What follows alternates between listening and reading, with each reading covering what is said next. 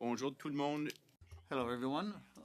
I call the meeting to order. Welcome to the 126th meeting of the House of Commons Standing Committee on Public Accounts. Pursuant to the standing orders, members are attending in person in the room and remotely using the Zoom application.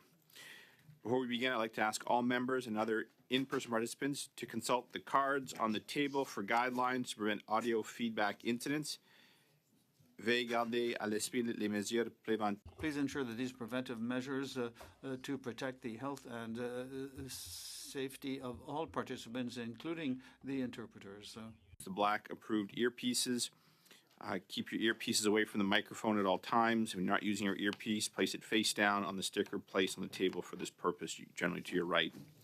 Merci à tous pour votre coopération. Thank you for your cooperation. The chair, conformément à l'article 108.3G. In accordance with Article 108.3G, the committee is resuming its consideration of Report 1, ArriveCan, sent to the committee on 12 February 2020.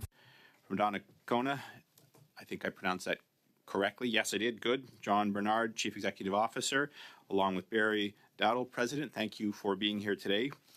From KPMG, Lydia Lee, Partner, National Leader, Digital Health Transformation Practice, along with Imran Bashir, Partner, Cybersecurity. Thank you both for coming in and seeing you again, Ms. Lee. From Tech Systems, Christopher Loshman, Director, Canadian Government Services. Thank you as well for being here today. Each of the witnesses collectively has, as in each of the individual companies, has 5 minutes for opening remarks. I believe KPMG will begin things. You have the floor for 5 minutes, please. Thank you, Mr. Chair, and thank you to the members of the committee for inviting KPMG to contribute to this important conversation. My name is Imran Bashir, and I'm a cybersecurity partner at KPMG in Canada. I'm here following my colleagues Lydia Lee and Hartaj Najjar's appearance on April the 4th, when they spoke about the services KPMG provided to support the ArriveCan program. I've been in the information technology and cybersecurity field for close to 24 years, with my career split across the public and private sectors. I started my career at a leading IT services company before joining the public service, where I was a proud public servant for almost 11 years, spending time at Indigenous Services Canada and the Treasury Board of Canada Secretariat, under both Conservative and Liberal governments. I joined KPMG 4 years ago in May of 2020. Since joining KPMG, I've worked with a variety of public and private sector clients to provide cybersecurity services in an ever-evolving threat landscape. Lydia and I are here today to represent KPMG Canada, which employs approximately 11,000 people across our country.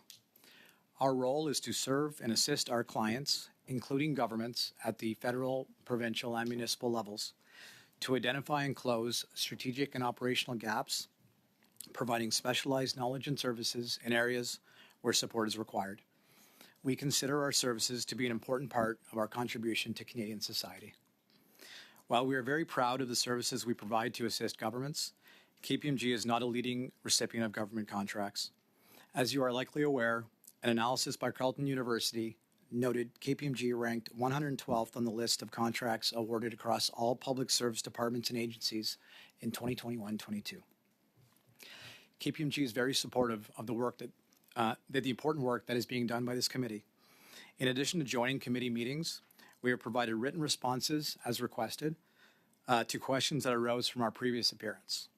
For today's session, to the extent that the committee thinks I can be helpful or of further assistance, I'm happy to answer your questions.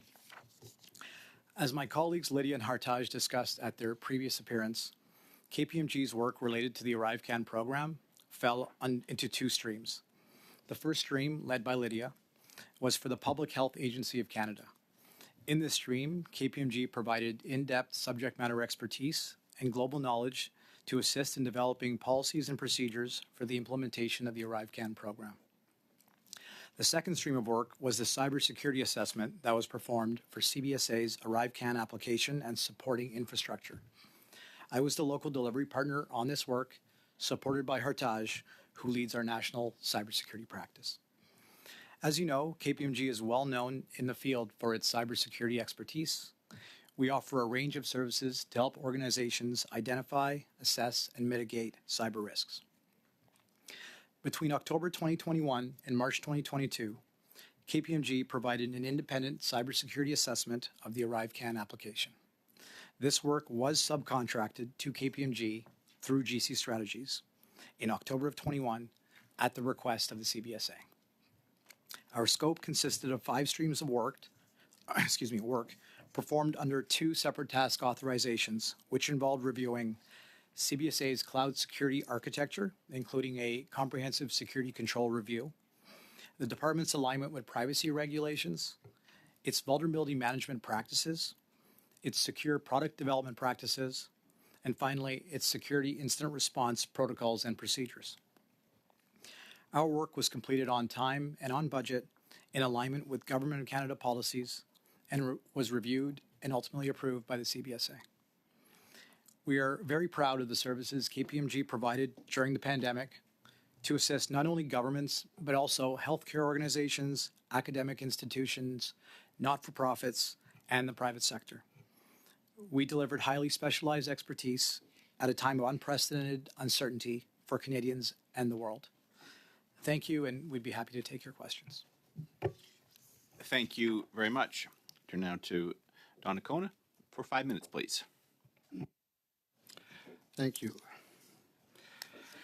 So, good afternoon to the committee. Thank you for the opportunity to provide information on Donacona's involvement on ArriveCAN. My name is John Bernard. I am CEO of Donnacona. I am here with my business partner and president of Donnacona, Barry Dowdle. I am a Status First Nation from the Madawaska Maliseet First Nation in New Brunswick. Although I grew up on reserve, I moved off the reserve shortly after I graduated from university. After moving around to a number of cities, I landed in Ottawa in the late 1980s, working for a few federal government departments, Fisheries and Oceans, Health and Welfare Canada, and finally, as it was called back then, Indian Affairs.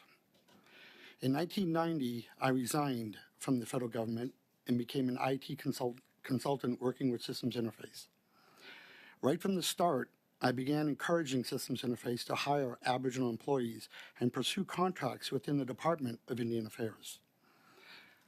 Unfortunately, it wasn't until 1996, with the introduction of the PSAB program, that any recognition was given to hiring Aboriginals.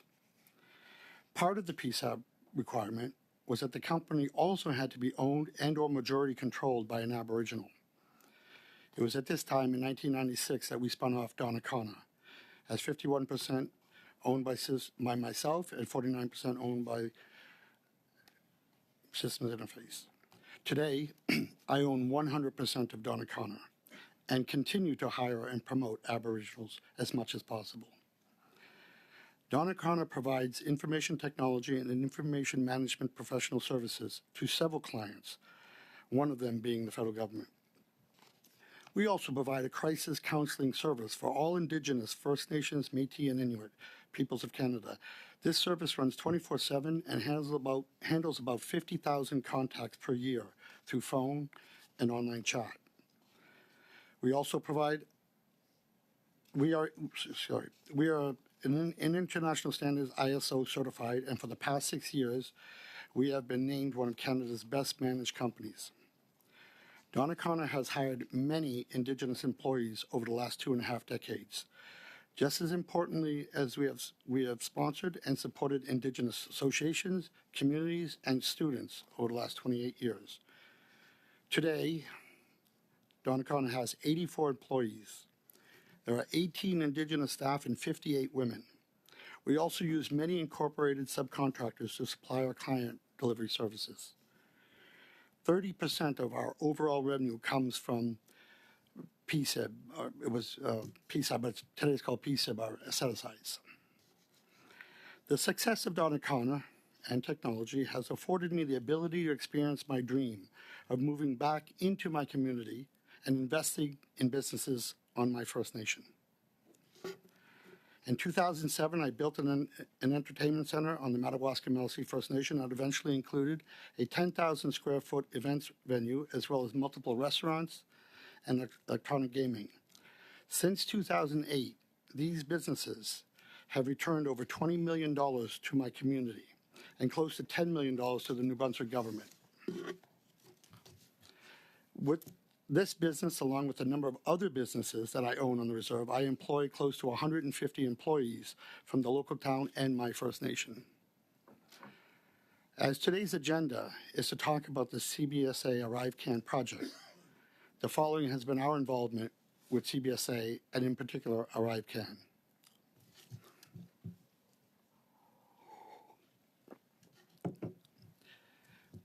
We have three supply arrangements with CBSA that were competitively procured in July 2019 and September 2020.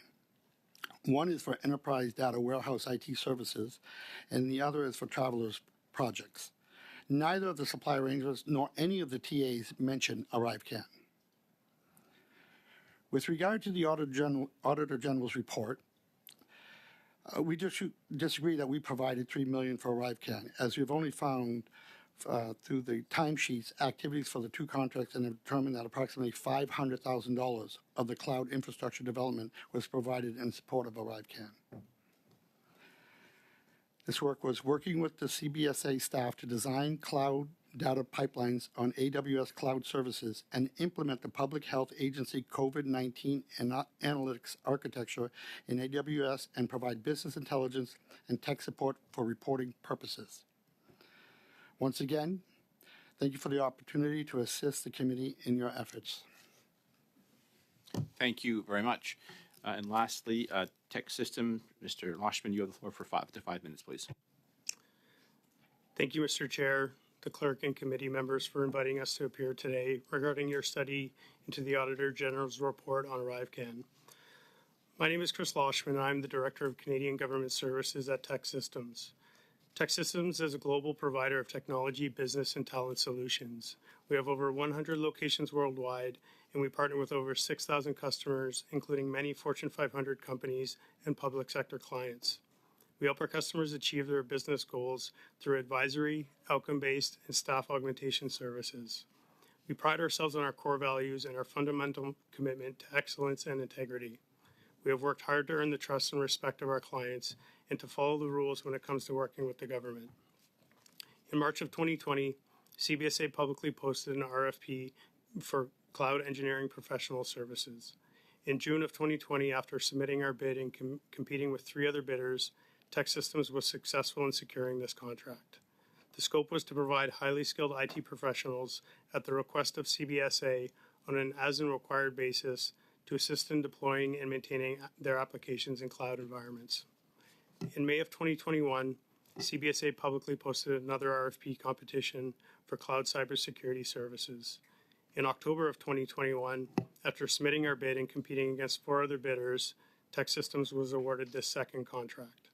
The scope of the work was to provide IT professionals on an as-and-when required basis to assist CBSA in performing cloud security assessments, vulnerability assessments, and cloud security operations. It's important to note that these contracts went through an open, fair, and competitive process according to procurement rules and regulations. Neither contract was created specifically for ArriveCAN. Within the scope of these contracts with CBSA, Tech Systems was directed by CBSA to provide IT professionals for ArriveCAN. All the work we did on the app came at the direct request of CBSA as it fell within the scope of these contracts. Both of these contracts were awarded after the original rollout of ArriveCAN in April of 2020, and Tech Systems did not take part in the original development or setup of the app. We also did not participate in the planning or management of any element of the delivery of ArriveCAN.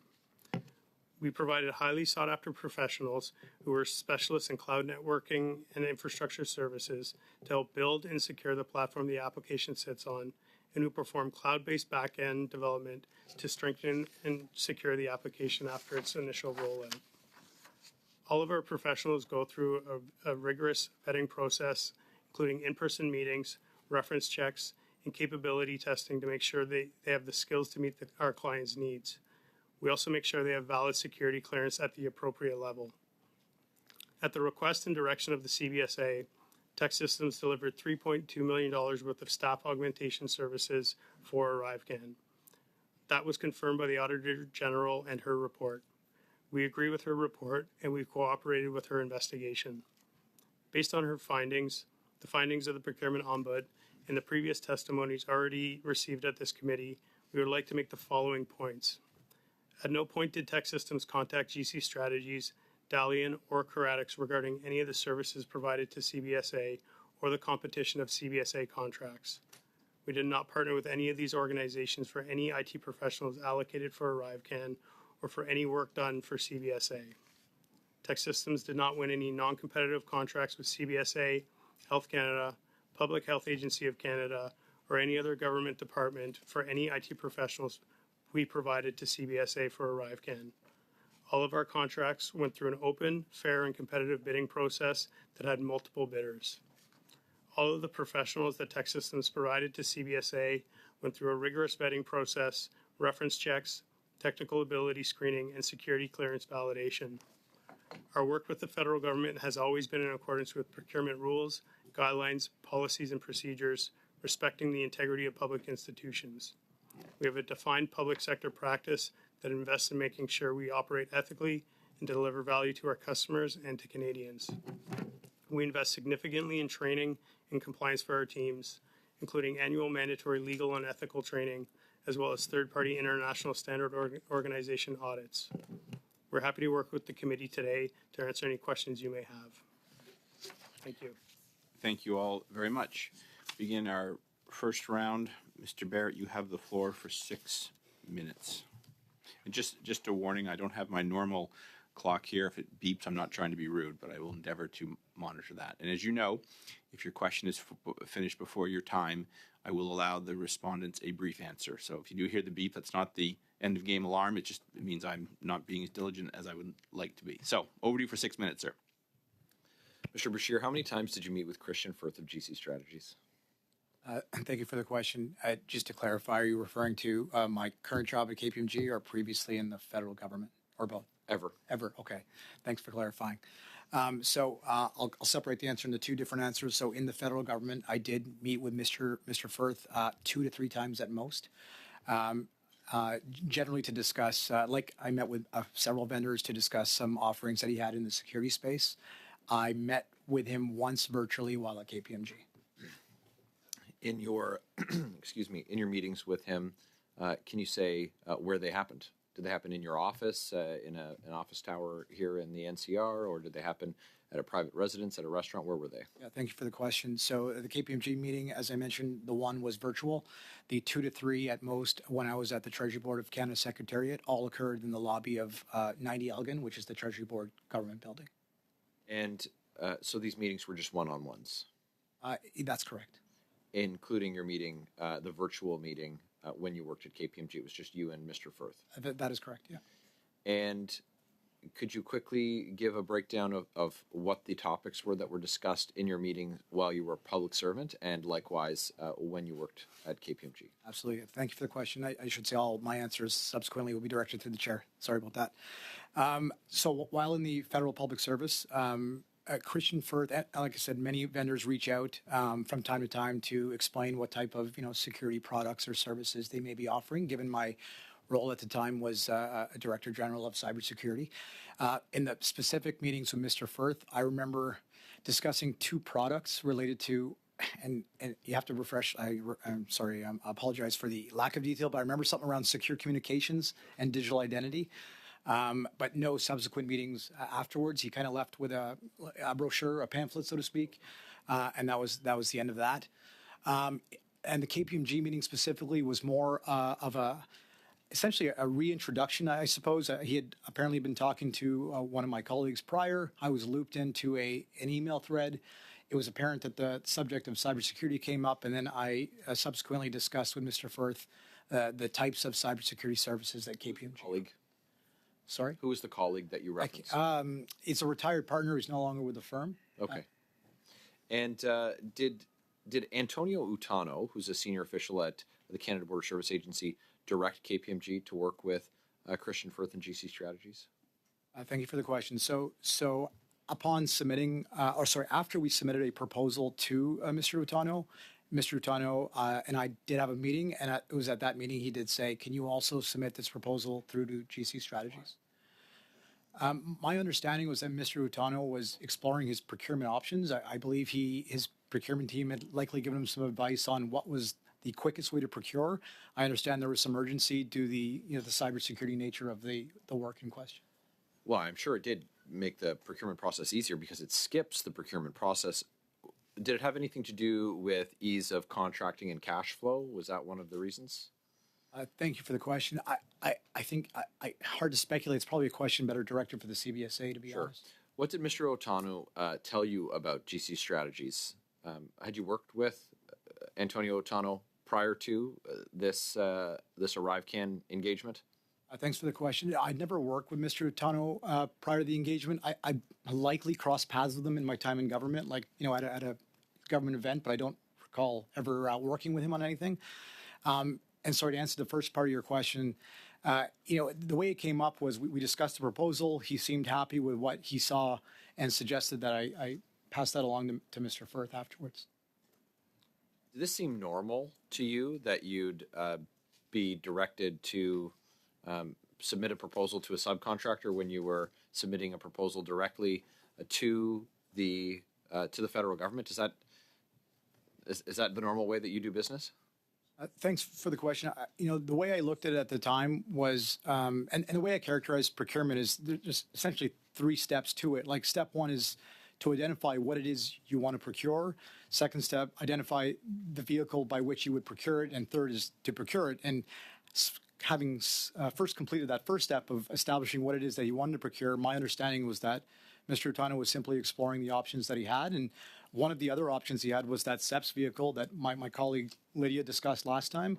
And as my other colleague Hartaj mentioned, we would have happily competed for it had he wanted to put it out to a full tender as well. Right. So as someone who previously worked for the public service and as a taxpayer, do you find it strange that the government of Canada asked a company the size of KPMG, 11,000 employees, I think you said in your opening, to subcontract through 2 guys who are obviously taking a percentage of the total contract amount? So KPMG says, well, this is how much it's going to cost us to do it. And we know that they were adding up to 30% on top of that.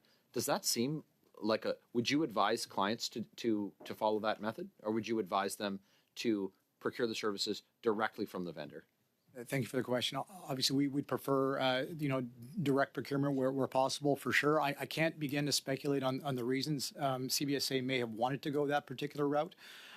Any other instances where this type of direction was given to KPMG or another company to, instead of offering their services directly to the government, to CBSA, to work through GC Strategies or another third party? Thank you for the question.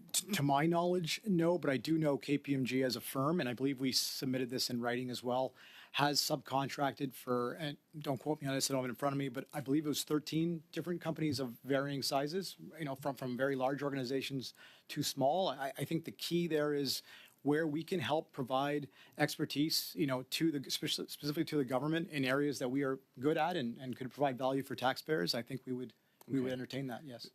Thank you. I appreciate that answer. Just a word of, I think it's obvious, you are being quoted here. If you discover after the fact that information is a little off, do let us go, because this is a Parliament House Commons committee. So I appreciate your turn of phrase. Don't quote me on it, but you are being quoted for the official record here. So, but I take it. I take that and take that in the spirit it was given in your comment as well. Ms. Khalid, you have the floor for 6 minutes, please. Thank you very much, Chair, and thank you to the witnesses for being here today. I'll start by outlining the role of the Public Accounts Committee. It is to hold to account how tax dollars are spent across the country, for what purposes, and whether or not they were justifiable within the reports of the Auditor General and how departments have functioned. And I know that things become very politicized as it progresses, and ArriveCan is one of those apps. I am not questioning the quality of the app, although in the Auditor General's report there were some challenges. What I am questioning today from all of you is how these dollars, which we can't really get to the bottom of, how they were spent. And I think we owe it to Canadians to ensure that we really understand and ultimately improve the process as to how contracting happens, how the Lobbying Act and the Conflict of Interest Code are able to ensure that there is accountability as to how tax dollars are spent. So perhaps I'll start with Mr. Bashir, if that's okay. You have worked in various different departments within the federal government, and now you are working for KPMG. Can you maybe help us outline how the Lobbying Act applied to you, how the Conflict of Interest Code has applied to you in your new role, having all of the experience that you have within the bureaucracy of government, and having built a network of relationships as well? Thank you for the question. Given the position that I held in the federal public service, I was subject to the Treasury Board directive on conflict of interest, as are most, I believe they term that positions designated at risk for conflict or high risk for conflict of interest.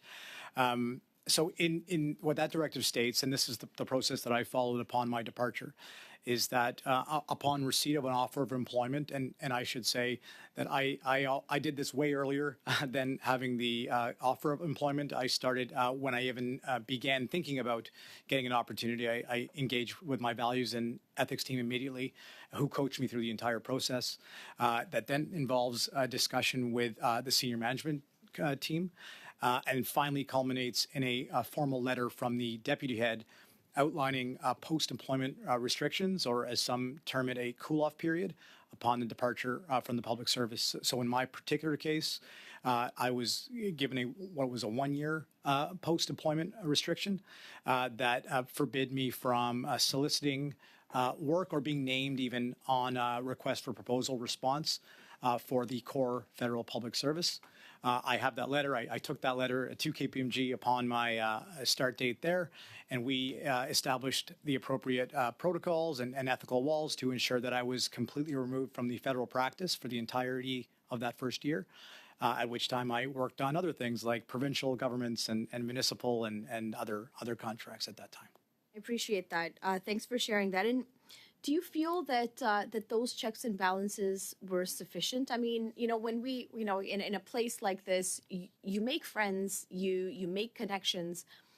How can the Lobbying Act or the Conflict of Interest Code be more efficient in ensuring that there is no undue access or no undue profit made on taxpayers' dimes based on relationships that have been, going on for decades? Thank you for the question. It's a challenging one for sure. I think the directive does a very good job outlining the requirements that are required from all parties, but both the person in question and the organizations that need to subsequently follow that. I can't really comment on the oversight of that, as I've never been involved on the other side.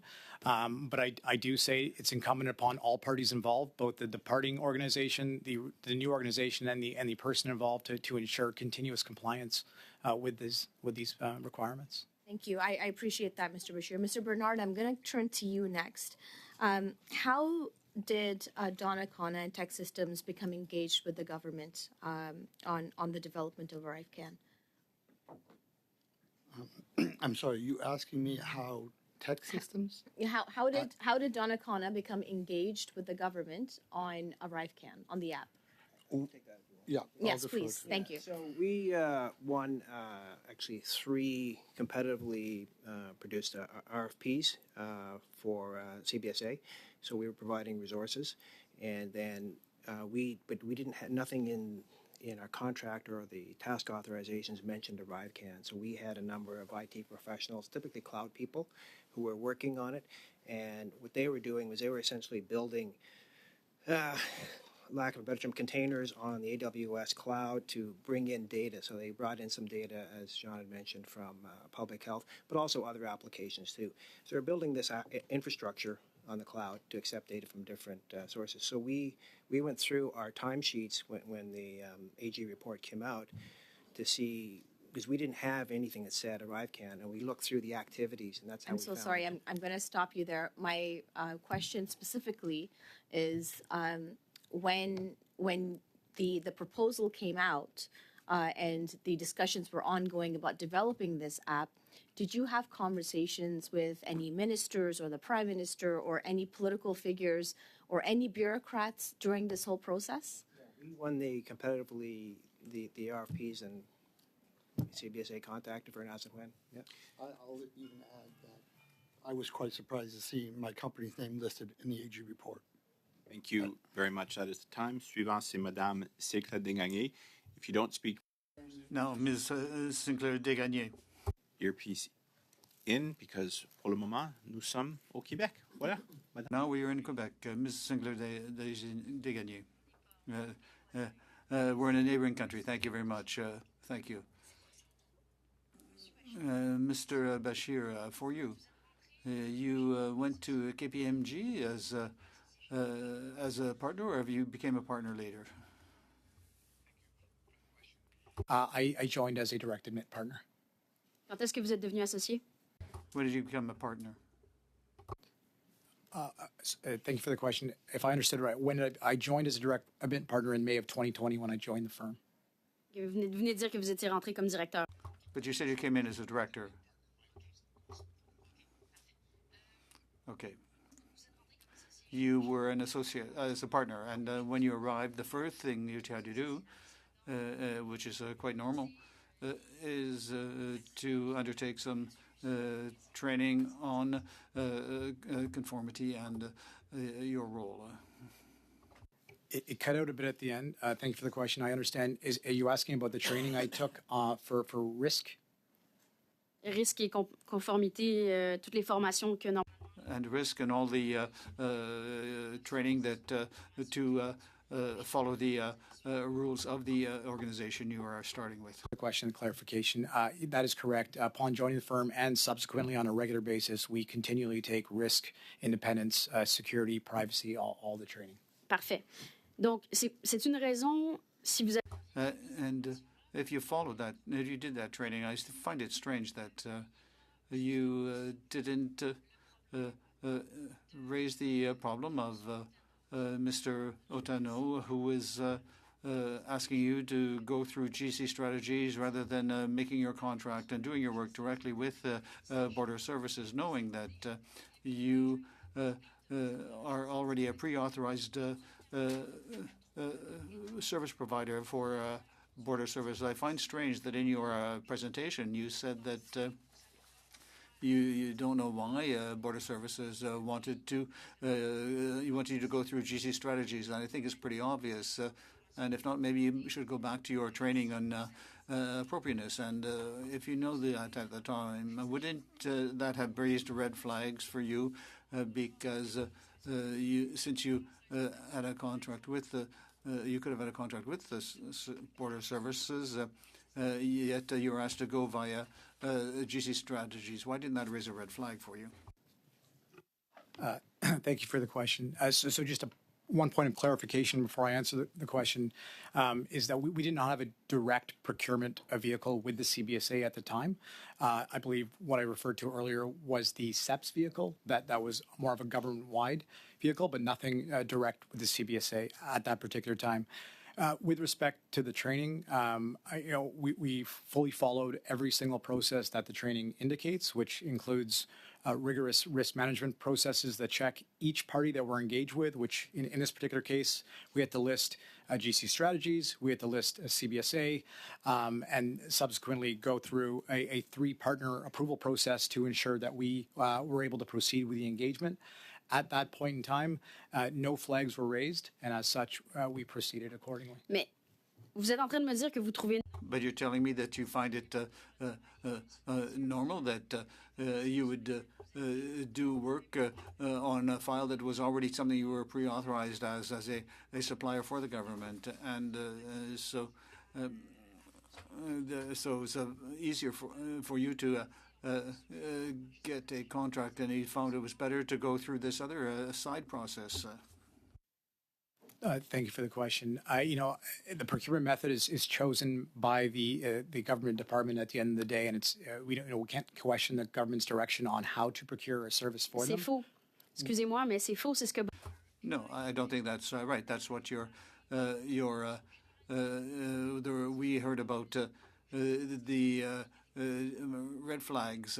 The Auditor General said that the behaviors that you witnessed that should have raised red flags. So you're saying that your consultants from Montreal were perhaps more aware of the problems of this process of going through a subcontractor like GC Strategies, and that this is an issue that you think is quite normal, but from your own company, there were those that said that it wasn't a normal way to proceed, and so it's clear that there's a clear conflict of interest, and that's why Mr. Otano asked you to go through GC Strategies. But yet, for you, there was nothing unusual. But in the light of the right of the Auditor General's report, you should have seen that there was a problem. It should have raised a red flag, and this process was not a normal one.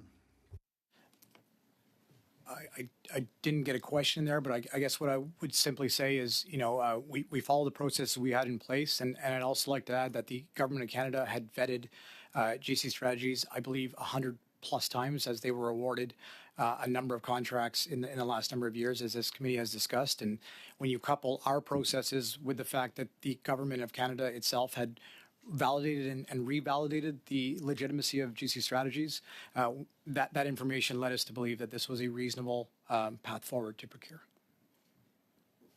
Mais en plus, vous connaissiez GC Stratégie. Vous saviez que c'était. And yet, you were familiar with GC Strategies that only had two individuals in it, and yet the only justification for using GC Strategies was to find resources. So if the government had, if there had already been resources, you know that you'd already met with Christian Firth. And I'm going to ask the same question.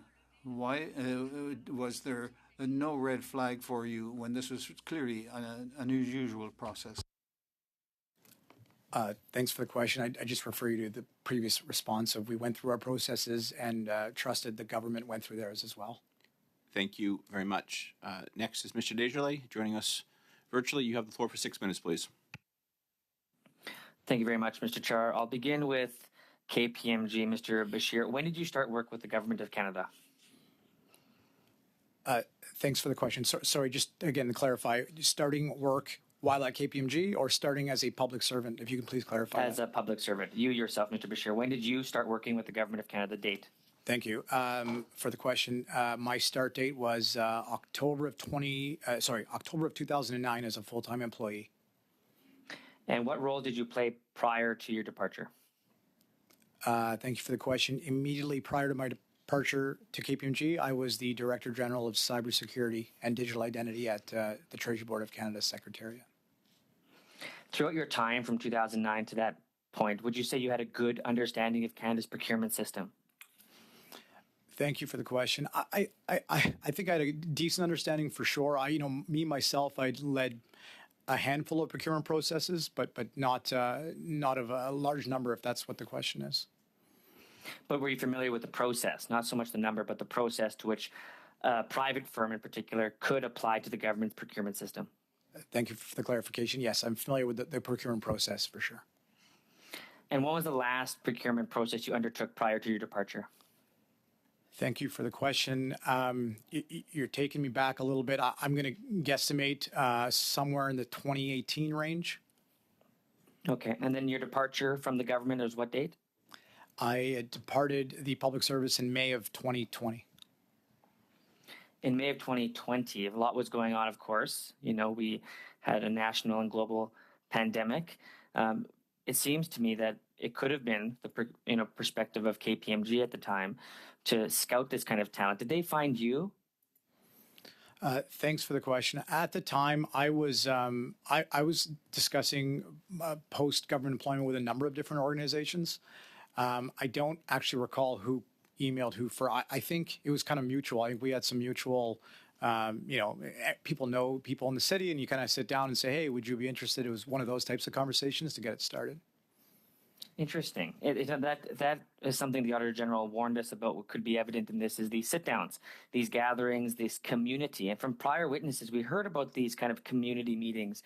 Were any of these community meetings you had with large firms like KPMG and perhaps others ever at a restaurant or a club or in a private venue outside of government precincts? Thank you for the question. Absolutely not. No, I'm very well aware of the directive of conflict of interest and the restrictions around hospitality and gifts. And where did these meetings happen? Where did KPMG meet you? There were phone calls, to be honest, to start everything off. I started off with phone calls and emails. And ultimately, Sure, you submitted that there was a community, and I highly doubt that it was only a phone call. You do understand that this information is extremely pertinent to our investigation here. To understand this claim of the Auditor General, which I believe is worth our investigation, is to where and why and who met with you or other persons. And so I'll give you one more opportunity. Was there ever an instance where you were invited to work to outside work dinners, receive gifts or favors of any kind? the answer is no to that question. Thank you very much. In relation to Mr. Anthony Utano, did he direct you to work with GC Strategies?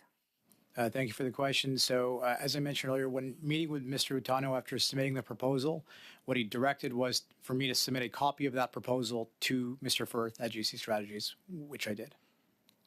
And did you bring up any questions to Mr. Utano as to why you would do such a thing? Thanks for the question. At that meeting, we discussed the number of procurement options Mr. Utano had at his disposal, which I think I mentioned could have included the SEPS vehicle, an open RFP from scratch, or using one of his existing vehicles, and all options were discussed, so nothing stood out from that conversation. Well, what stood out to me and what I'm starting to understand is in that conversation, there's a legitimate claim that you were directed by Mr. Utano to work with GC Strategies. At the time of the procurement decision, GC Strategies and who they were and what they did didn't get brought up in that meeting at all. The particular fact of them being a two-person company that did no work at all, did that ever come up? Thank you for the question. No, the number of employees of GC Strategies, nor the work that were doing at the time with the CBSA was not discussed. What was only discussed was that they had existing procurement vehicles that were set already with the CBSA. Do you believe that's a red flag to not question who GC Strategies was, their capacity, or their ability to deliver work? Thank you for the question. So that's where I lean on our risk management processes that I discussed earlier to find out if red flags occurred. So what we do is we take the information back and we submit that information through that process to validate no red flags came up. And as I mentioned earlier, the Government of Canada themselves had awarded, not just the CBSA, many other departments had awarded this same company numerous contracts, which further validates our decision. So you're saying you went through all the processes, you and Mr. Utano and everyone in the room went through all of the regular procurement processes, including a red flag assessment that, which is what you just described, and no one flagged that this two-person company that does no work was a problem. Thanks for the question. I can't speak to the processes that Mr. Utano went through, but certainly I can speak to our processes, and yes, I that is the result of our process. Do you see that as a critical failure? Thanks for the question. At the time, and keep in mind that the processes are a point in time. At that point in time, that's the information that arose. I suspect if run today, the result would be different. Thank you very much. That is the end of the first round. Beginning the next, Mr. Genuis, you have the floor for 5 minutes, please. Thank you, Chair. Mr. Bernard, the Auditor General, based on federal government records, believed that your company did $3 million worth of work on ArriveCan. You said that the work was about $500,000. This points to something we know is a big problem: shoddy and impenetrable records. In some cases, we've also dealt with deletion of records, questions, or records not kept. Do you have any reflections on how the government records that the Auditor General consulted could have been so off the mark compared to your own assessments? I do, but I'll defer that to my partner because we spoke about this prior to him. So as I mentioned, you said about 500,000, and I think in the AG report they talked about there was some internal financial coding that was unsure. So we would submit timesheets with deliverables, and then what happened after that, we don't really know. And they would have put whatever coding they had against it. So other than that, we're kind of at a loss as to what happens after we submit timesheets, right? So you submit timesheets, there's internal financial coding that apparently is inconsistent with the timesheets you've submitted, or is unreadable to someone looking at it. We don't see the internal coding. Right, exactly. But suggest that there's something very dramatic lost in translation, because it's an order of magnitude six times. At the Government Operations Committee, we're looking at Indigenous procurement and planning some further study on it. Mr. Bernard, you've told us a story about growing up on reserve, starting a successful business that employs Indigenous people, and investing back in your community. Based on what we know from your testimony, that seems precisely like the kind of outcomes that Indigenous procurement policies are meant to support. But we also know now clearly that there are instances of abuse as well. Tiny companies that become qualified as Indigenous, but who subcontract the actual work to non-Indigenous firms and do not provide benefit back to Indigenous communities. You were quoted in the Globe and Mail saying that you tried for years to advise the government on how it could refine its Indigenous set-aside contracting policies. Sir, what is your advice? How can the current problems, the use of the Dalian model, for instance, be fixed to achieve the kind of outcomes that the program is supposed to aim for? Well, it's actually on record. In 2006, I sat in front of a Senate committee on Aboriginal procurement. And back in 2006, I warned of the potential abuse of joint ventures. And to this day, 18 years later, we are seeing the results of that. Basically, I was using terms like Aboriginal companies need to learn how to walk before they run. Yet, amazingly, Don Connor has been in business 28 years, and we find ourselves up against Aboriginal firms that were running. They just got into business and they're running multi-million-dollar contracts. I guess what I'm trying to say is being an Aboriginal is not a skill. But yet, in the Aboriginal procurement with joint ventures, it almost like if you're Aboriginal, all of a sudden, that's the quality you're bringing to the joint venture. And we just don't agree with that. We feel that, I mean, obviously you have to start somewhere. So there should be small. But we believe the Aboriginal side of a joint venture, it should progress. They shouldn't be going after a $100 million contract when they were riding an ice cream truck the week before. And so this is if you go back to the 2006 testimony, which is on record and on the Senate committees, in there I actually give 3 ways that I think that should be addressed. And the first one is most importantly, it's a joint venture. That's where there's really a lot of room for abuse. Unfortunately, there's no motivation for Aboriginal companies to grow, because if you can become a joint venture and you don't have to do nothing, you don't even have to you don't even need a staff or admin staff, because your joint venture partner has all that. So. Earlier testimony, because I suspect you could talk for a long time on this, and we'll have to maybe have you back. But that seems exactly what happened with Dalian and Carotics, right? Carotics is a larger non-Indigenous company. Dalian is an Indigenous company with 2 people that receives contracts and subcontracts. They're in joint venture, which fulfills a procurement requirement. Also on the issue of subcontractors, you mentioned that your company has subcontractors. There's supposed to be a requirement for Indigenous subcontractors as part of Indigenous procurement, but there seems to be no tracking or enforcement of that whatsoever. What is your experience with Indigenous subcontractors, and is the government asking you questions about that? Are you providing data on that at all? No, and let's face it, there's not enough Indigenous people to meet some of these contracts. So calling yourself an Aboriginal company or Indigenous company, I don't, just because I own 100% and I'm status Indian, I don't believe that that's what I should be Aboriginal benefits. It's not what we do. When people ask me, well, you're an Aboriginal company, what does that mean? Do you stand on one leg and, no, we do business just like everybody else. And me calling myself an Aboriginal company, it's what we do. And not just in hiring Indigenous people, but in the sponsoring and the supporting and the spinning off other Aboriginals, or as I explained with my community. That to me is the solution. But I'm sorry, but if you're just going to hire Aboriginal people and you think you're going to get 50 Aboriginal people on a 150-person project, that's just not going to happen in this field. Thank you very much. That is the time. Moving now to Mr. Wheeler. You have the floor for 5 minutes, please. Thank you, Chair. And just so you know, my last name is pronounced Weiler. Thank you. But, I appreciate that, Mr. Weiler. That will not happen again. Thank you very much. It's a pleasure to be joining this committee for the first time. and to be joining the study. And I will have not had the time that other folks on this committee have had to look into this in detail. But like all Canadians, I've been following the drama as the different layers of this app gets uncovered. And so it's a pleasure to be able to join into this process and looking into this in more detail today. Mr. Bashir, I do want to start with you. And first off, just going back to your experience with the Treasury Board Secretariat, what were the particular roles that you had again? Thanks for the question. I held a variety of roles. My stint with the Treasury Board started in July of 2011. So I could walk you through the path if you like. What I'd be most interested in is your relationship with the procurement process while you're at Treasury Board.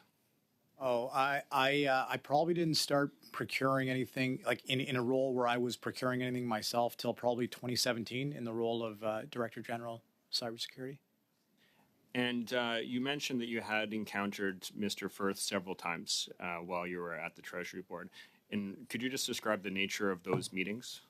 Yeah, absolutely. So I think I mentioned earlier, Mr. Firth was like every other vendor probably in town who would send an email and try to get a meeting to discuss a product or a service that they had offered. There were two in particular that I think I was discussing earlier, one around secure communications and one around digital identity, both of which were files that fell under my portfolio and it piqued my interest to hear a bit more. So the nature of the meeting was both just a bit of a debrief on the service or the product that he was offering at the time. As I mentioned, both meetings occurred in the lobby of the building I worked in, which is 90 Elgin, and nothing really followed after that. To be clear.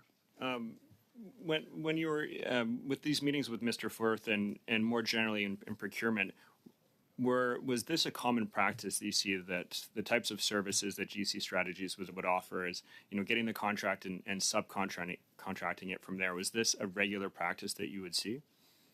See, in my role was a little bit different at the Treasury Board. Like, just for context for the committee, the Treasury Board is more of a policy where I work. Sorry, in the Treasury Board was more of a policy organization, setting policies, standards, directives for the rest of the public service to follow. So we didn't typically procure any goods per se. However, in order to do my job properly and set forth a forward-looking cybersecurity strategy for all of government, it was incumbent upon me to understand, where the industry was heading, how technology was evolving, and so forth. And so that was the general, gist of the interactions with Mr. Firth. So we didn't really discuss subcontracting or any of those things that you asked.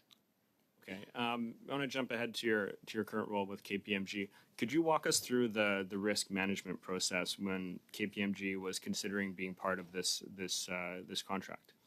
Absolutely, and my answer will apply to every contract, that we would take on any engagement, as we call them. So, to start any process, we run checks on the entity itself, the engaging. We call them an engaging party. In this case, the engaging end party is the CBSA. We also have to run KYC, know your customer, know your client type checks on any other intermediary that would be involved. And in this case, that would have been GC Strategies. So both are listed in what's called a client acceptance process.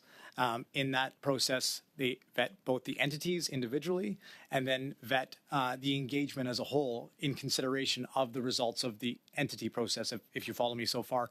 And so that is a process that involves a series of questions that have to be answered, including the nature of the work, because whether or not we audit the individual, the companies or not, obviously that would be a red flag for our firm, and other factors. I don't know all the questions off the top of my head, but there are a number of questions.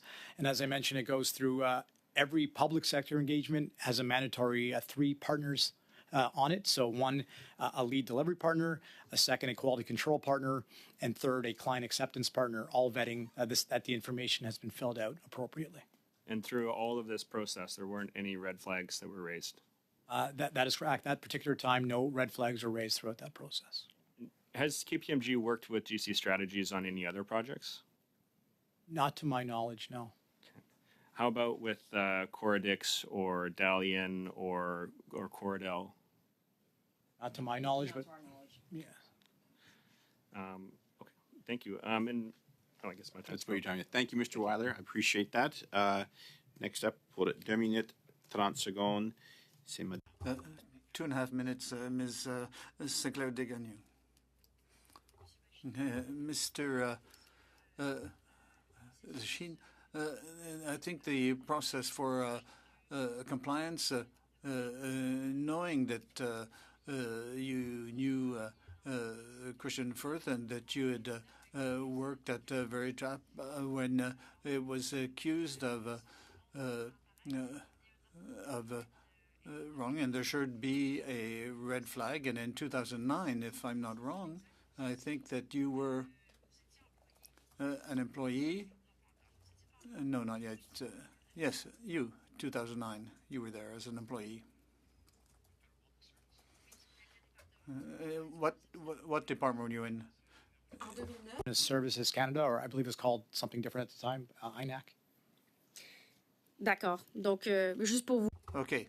So just wanted to say that 2009, you didn't know that Mr. Firth was working for ZDAC, who was at a time there was an accusation by the Auditor General. I think that that should have been something you would know in talking about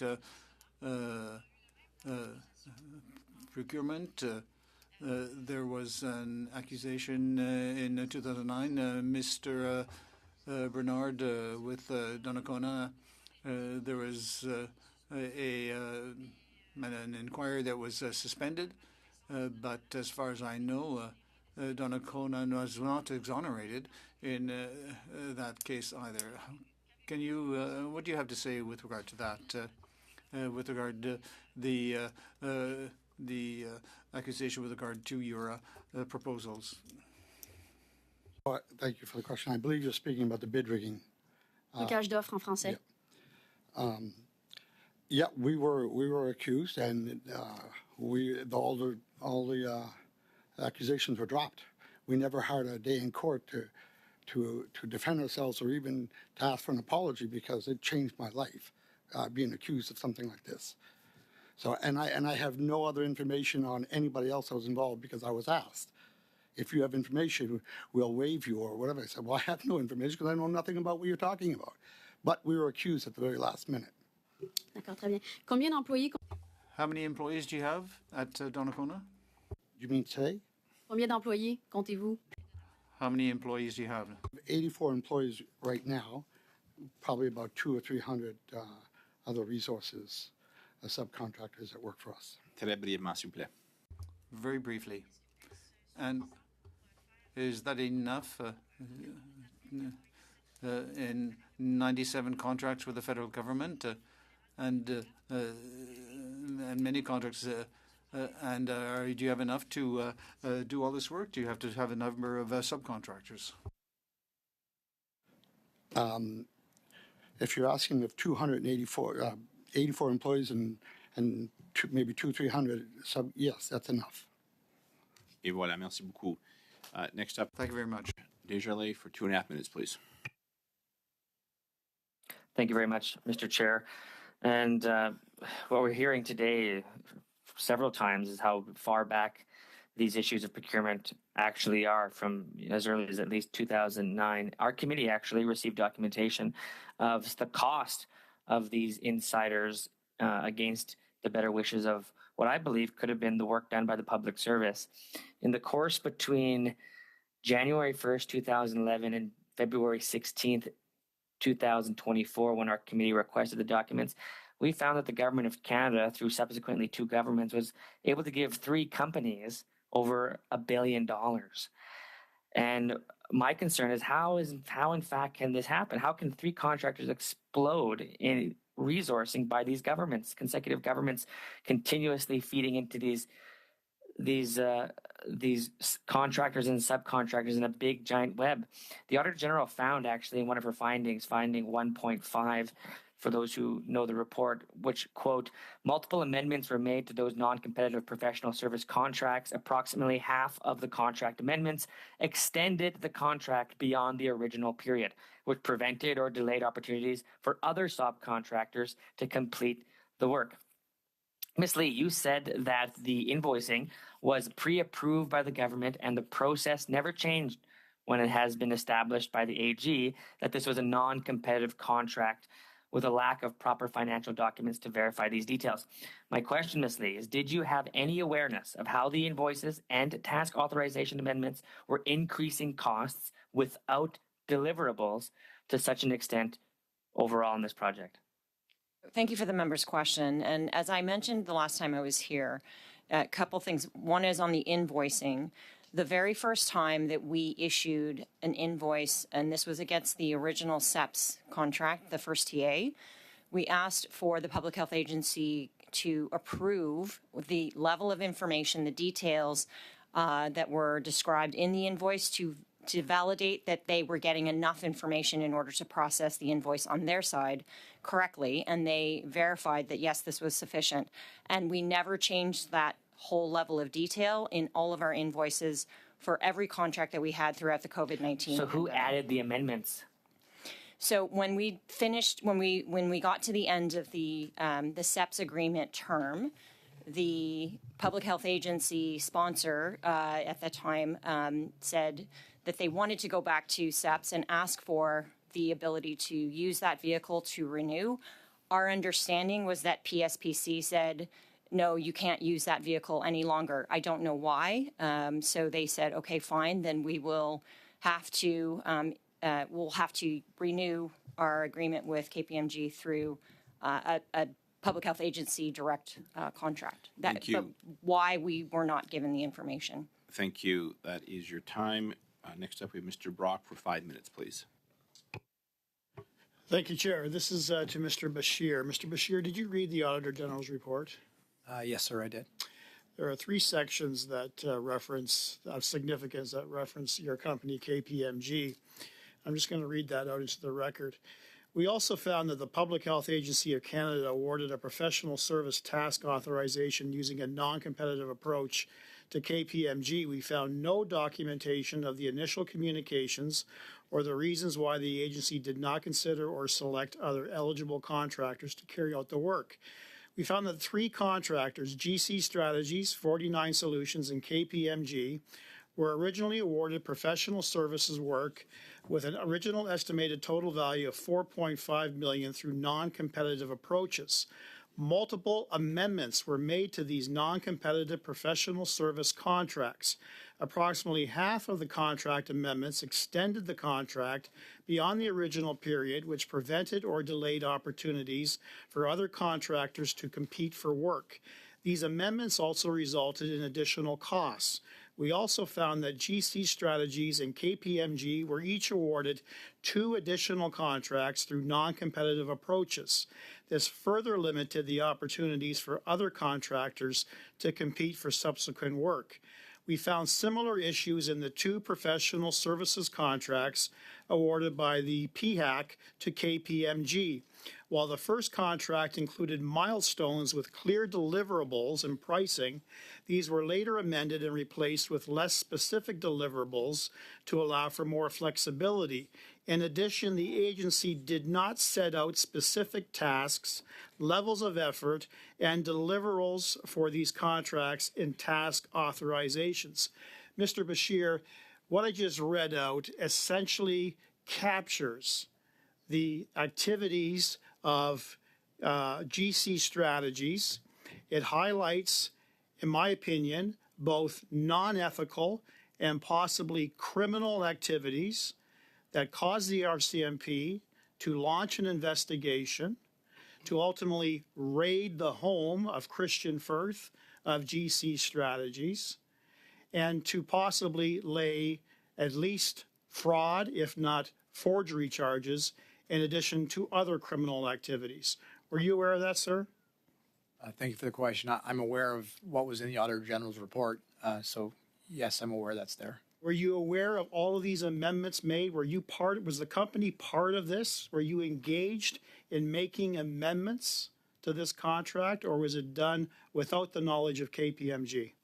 Given that it's a PHAC question, I'll pass that over to my colleague Lydia, who worked on that engagement. Thank you for the member's question. If I can also bring you back to the testimony that I shared the last time I was here, After the original SEPS TAs expired and the Public Health Agency wanted to try and extend KPMG under that contract and were told by PSPC that they could no longer use that vehicle, and we don't know why. KPMG does not know why. KPMG was informed by the Public Health Agency that they were working through with their own internal procurement team a justification and rationale for keeping KPMG on. And as you'll remember, this was at the height of the lockdown of the COVID-19 pandemic. And the subsequent contracts that were awarded to KPMG by Public Health Agency were of the same type of work that we had been doing along the first original SEPS agreement. And Can I be more specific? Were you actually involved in amending the terms of your own contract? Thank you for the member's question. We absolutely were not. We were acting under the direction of the Public Health Agency at that time.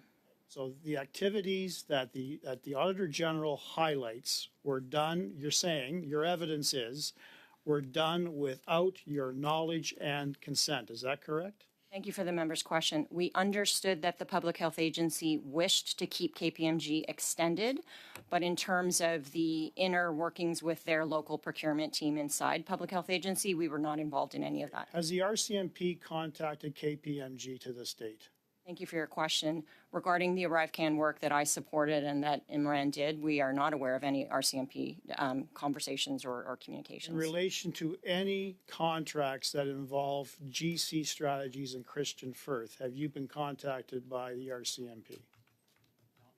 No, thank you, and neither of us have been. Okay, Ms. Lee, I had asked you specifically on the last occasion if you would forward to the committee any and all levels of communication by the CBSA to KPMG to engage with GC Strategies. Your question, Mr. Brock. I asked for text messages. Your question, Mr. Brock.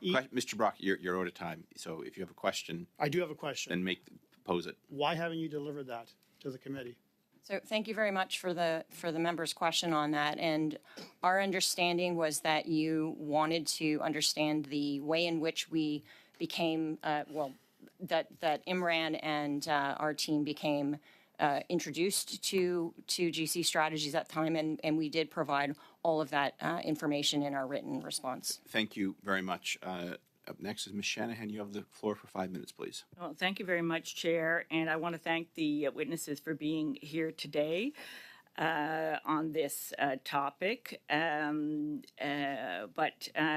afraid that I have to speak about something as a member here. This is the 19th or the 20th meeting, I believe, that Public Accounts is holding on this topic, because of course we were very much seized with the Auditor General's report regarding the lack of documentation and so on around ArriveCAN. But now we're getting, 19th or 20th meeting. I've lost track, and members here have become concerned with the scheduling of meetings. So forgive me, I will have questions for you, but it's very important to me that we have some not only clarification on our schedule going forward. We've experienced meetings being called randomly, witnesses being changed, changes in the type of meetings that have occurred. And we have other reports that we need to discuss in this committee, namely around an issue that's very important to the people of my riding, which is around biodiversity. And so, Chair, I want to put on notice the following motion. That given that nature is an integral part of Canadian culture and Canadian identity and provides unmeasurable value to our society, wildfires across Canada are impacting communities, the health of Canadians, and exacerbating the climate and biodiversity crises. Every industry relies on a biodiverse supply of natural resources to function. The world is experiencing an unprecedented biodiversity crisis. There are more than 1 million species facing extinction globally, including 640 at-risk species in Canada. The rapid decline in biodiversity threatens the foundations of our economy, our food security, our health, and our quality of life, and poses serious and irreversible risks to our communities and livelihoods. There is a climate emergency as declared by this House on June 17th, 2019. Nature and climate are intertwined, and you cannot solve one crisis without solving the other. That the committee commits to studying 2022 Report 7, Protecting Aquatic Species at Risk, on June 13th, 2023. Report 2, Follow-up on the Recovery of Species at Risk, on June 18th, 2023. And Report 2023. Report 3, Discretionary Powers to Protect Species at Risk, on June 20th, 2024. I think that's intended to be 2024, June 18th, 2024. I have a copy of the motion to give to the clerk. And with that, I want to proceed to my questions. We haven't heard from Tech Systems yet. Mr. Loshman, can you please tell us how Tech Systems became engaged with the government on the development of ArriveCan? Thank you for the question. Mr. Chair, as I mentioned in my opening statement, Tech Systems did not have an ArriveCan contract. We bid on and won 2 contracts through an open, fair, and competitive process to provide staff augmentation services to CBSA. We were providing professionals to them, and those professionals worked at the direction of CBSA. CBSA asked us for resources, and they placed them on the ArriveCan project. Thank you for that. And indeed, you're a subcontractor in the ArriveCan contract. Thank you for the question, Mr. Chair. Tech Systems was a prime contractor direct with CBSA. Thank you very much. Chair, I now move that the committee immediately conduct a study into the flagrant disregard for public funds exercised by Pierre Poilievre's Conservative Party of Canada members of Parliament, who expensed their travel costs, hotels, and per diems to travel to Quebec City for the Conservative Party of Canada Partisan Convention in September 2023, as a matter of the public interest, and report its findings to the House. Chair, I have discussed this motion in a previous meeting. We didn't get to conclude on that, to debate further on that, but I think that it behooves this committee, being the Public Accounts Committee, to investigate the abuse of taxpayer funds, as we have seen by the Conservative Party of Canada. It's a matter of utmost importance that members here all conduct themselves in the way that they expect contractors and subcontractors to conduct themselves with the use of public funds. So, Chair, you'll recall that I spoke about what some third parties had to say about this report. That was in the media a couple of weeks ago. Just, Mr. Cheney, you're moving to resume debate, is that right, on this motion? I am moving this motion, Right. yes. I'm ruling this motion out of order for this committee. This committee has, this is a matter for Procedure and House Affairs or the Board of Internal Economy. So on that, you are out of time. I'm going to begin Chair? our next. I challenge your ruling. Point of order. Yes. Point of order before the ruling. Well, the chair has been challenged, and I think I have to go directly to the vote on that. So, Can't we just vote on the motion and dispose of it so we can get back to this business? well, I already have a speakers list on this motion, so it won't be a snap vote, Mr. Desjardins. So we do a subcommittee meeting on Monday. We can bring it up then, but chair has been challenged. Mr. Clerk, could you call the roll call on that, please?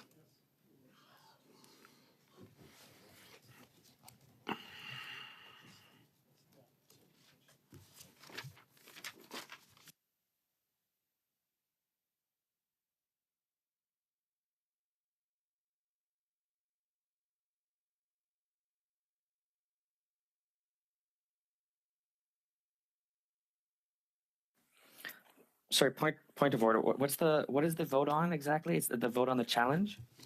Yes, the clerk will explain. It's probably sure restate it, but the Ms. Killiard has challenged my ruling, which If you vote to affirm my decision, we continue with the witnesses. If you vote against my ruling, we will turn to the motion and I'm sure debate that for the remainder of the committee. Is that right, Mr. Clerk? At least on the results, so yes. So the option to just vote on it, dispose of it, and get back to the meeting isn't possible. That would be my preference. Then you would want to vote to affirm my decision. I understand that. Well, is it not? Pardon me. Sorry. I'll turn it over to the clerk then. Sorry. So the vote is on shall the chair's ruling be sustained, which is to say, shall the chair's ruling be upheld? If the chair's ruling is upheld, the motion would be admissible and be allowed to be moved. So shall the that's not right. If my ruling is upheld, if my ruling is upheld, we get back to the meeting and the motion can be yes. If the ruling is overturned, for clarity, Chair, the motion would then no longer be able to come to this committee. Is that correct? That was your ruling? If my understanding is correct.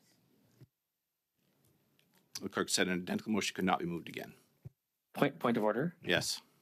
Is it possible by unanimous consent to just deal with the vote or deal with the motion that was presented by Ms. Shanahan, deal with it right now, dispose of it, and then get back to the meeting that we're having right now? We can't. So no, we can't do that. Mr. Isher, there. No, that will. I can tell from my speaking list on the that will not happen. I see. Over to you, clerk, for the roll call, please. So the chair's ruling is that the motion is inadmissible. Shall the chair's ruling be sustained, which is to say, shall the chair's ruling be upheld? Ms. Bradford. No, I oppose the ruling of the chair. Mr. Weiler. Was I wrong?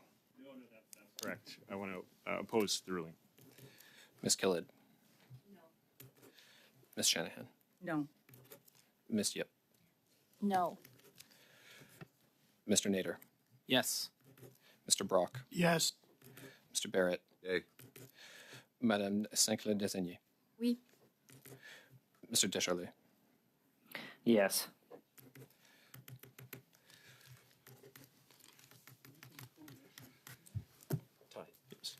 Thank you. Beginning our third round, Mr. Nader, you have the floor for 5 minutes, please.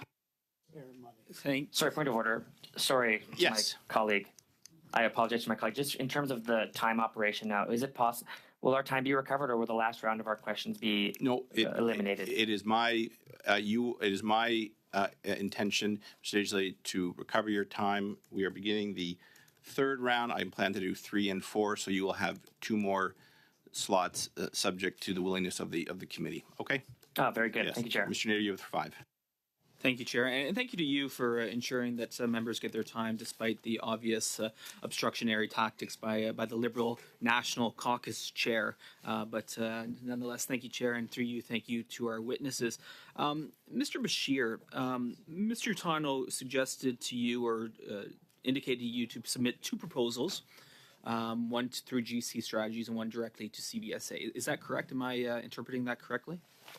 Thank you for the question. Just a small clarification. It was the same proposal. So we initially was requested to submit it to Mr. Utano, which we did. Subsequently met with Mr. Utano to discuss the details of it. And it was at that subsequent meeting where he said, I'd like you to send a copy of this to Mr. Firth at GC Strategies. So it was the exact same proposal for the exact same amounts in both submissions? That's correct. It was the same. It was a PowerPoint presentation to be specific, but it was the exact same presentation. Yes. Could you remind the committee what was the dollar figure attached to that submission? Thank you for the question. I recall it was 2 separate. So it's going to be a little long-winded, but I apologize. It was originally going to be 2 separate task authorizations. The first being more of a technical control review. That was in the amount of $255,000.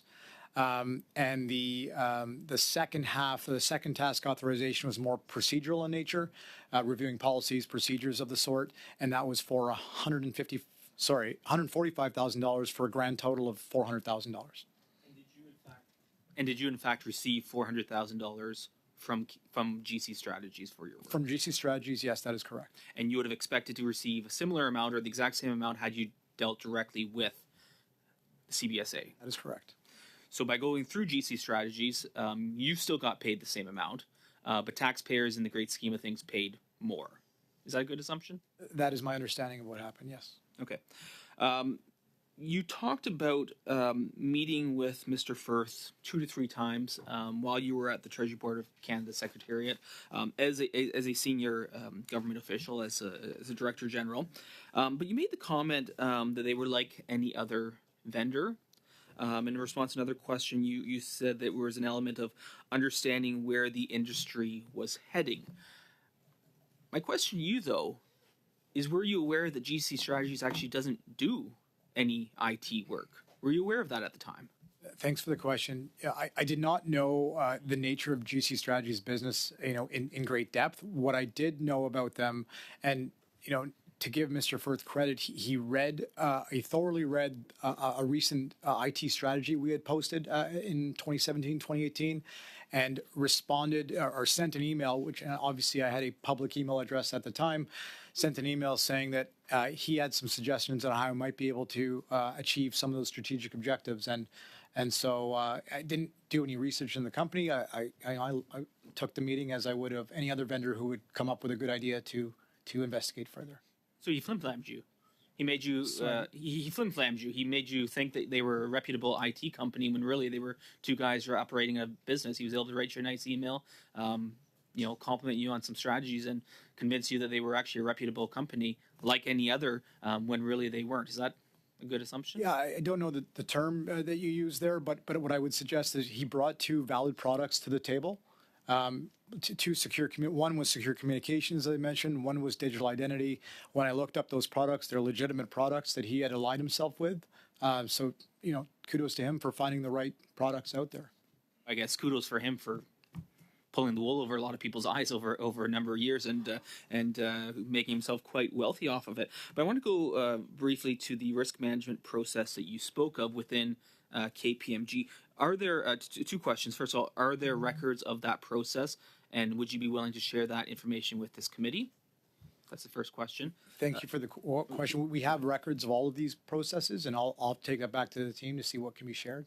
Okay, I look forward to hopefully seeing that. Second is, what information did you provide to that process within KPMG of your past interactions with GC Strategies? Were they aware that you had personally met with them on at least 2, maybe 3 occasions as a senior official with the Treasury Board of Canada Secretariat?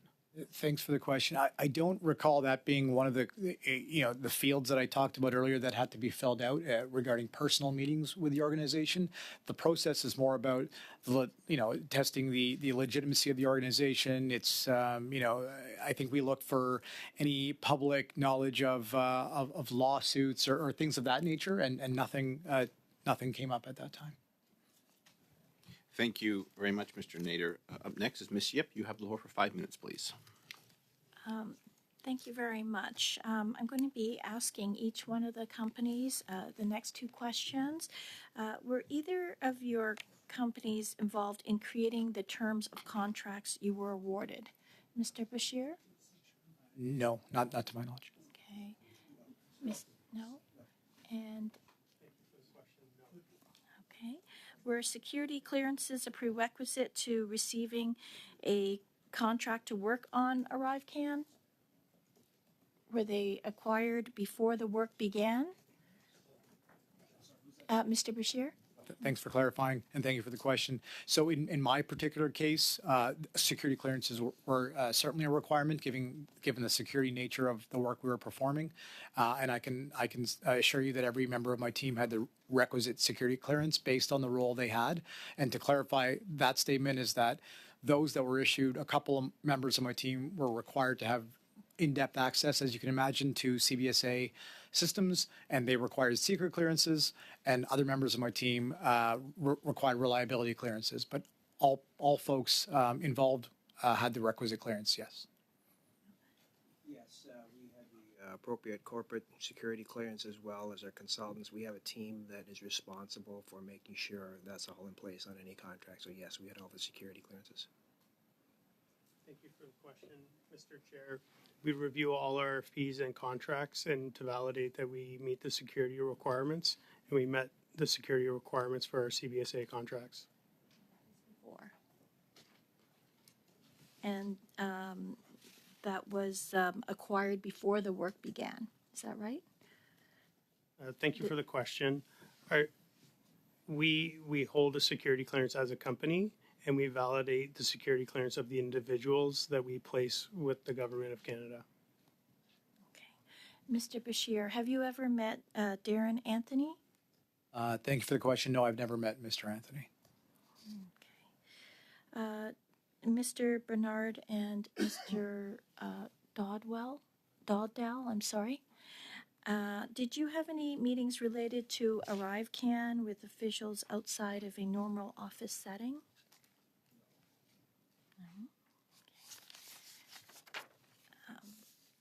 Have you, was KPMG involved in conversations around developing the non-competitive contract between GC Strategies and CBSA?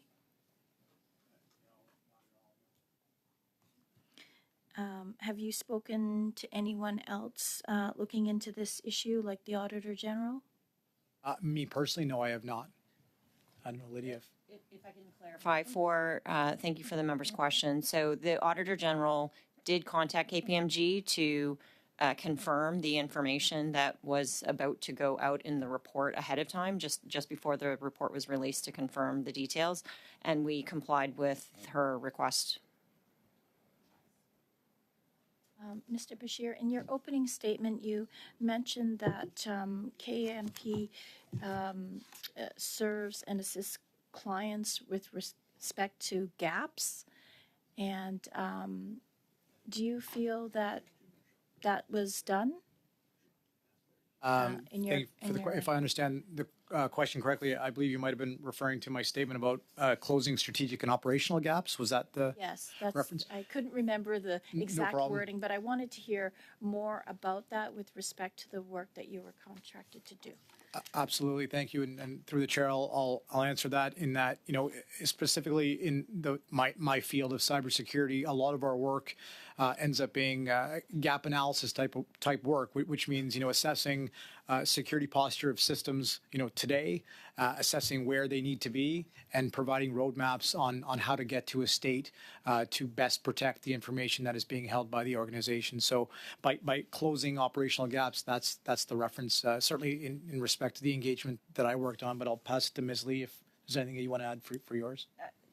Just as I had said before, the last time we were here, the work that we did on the Public Health Agency ArriveCAN program was really on helping the Public Health Agency understand policy directions that they might need to take or change or evolve with the COVID-19 pandemic. And we reached out to our global colleagues to provide global leading practices on what other Five Eye or other jurisdictions were doing in order to help inform those policy directions. So that was the nature of the type of support that we were providing.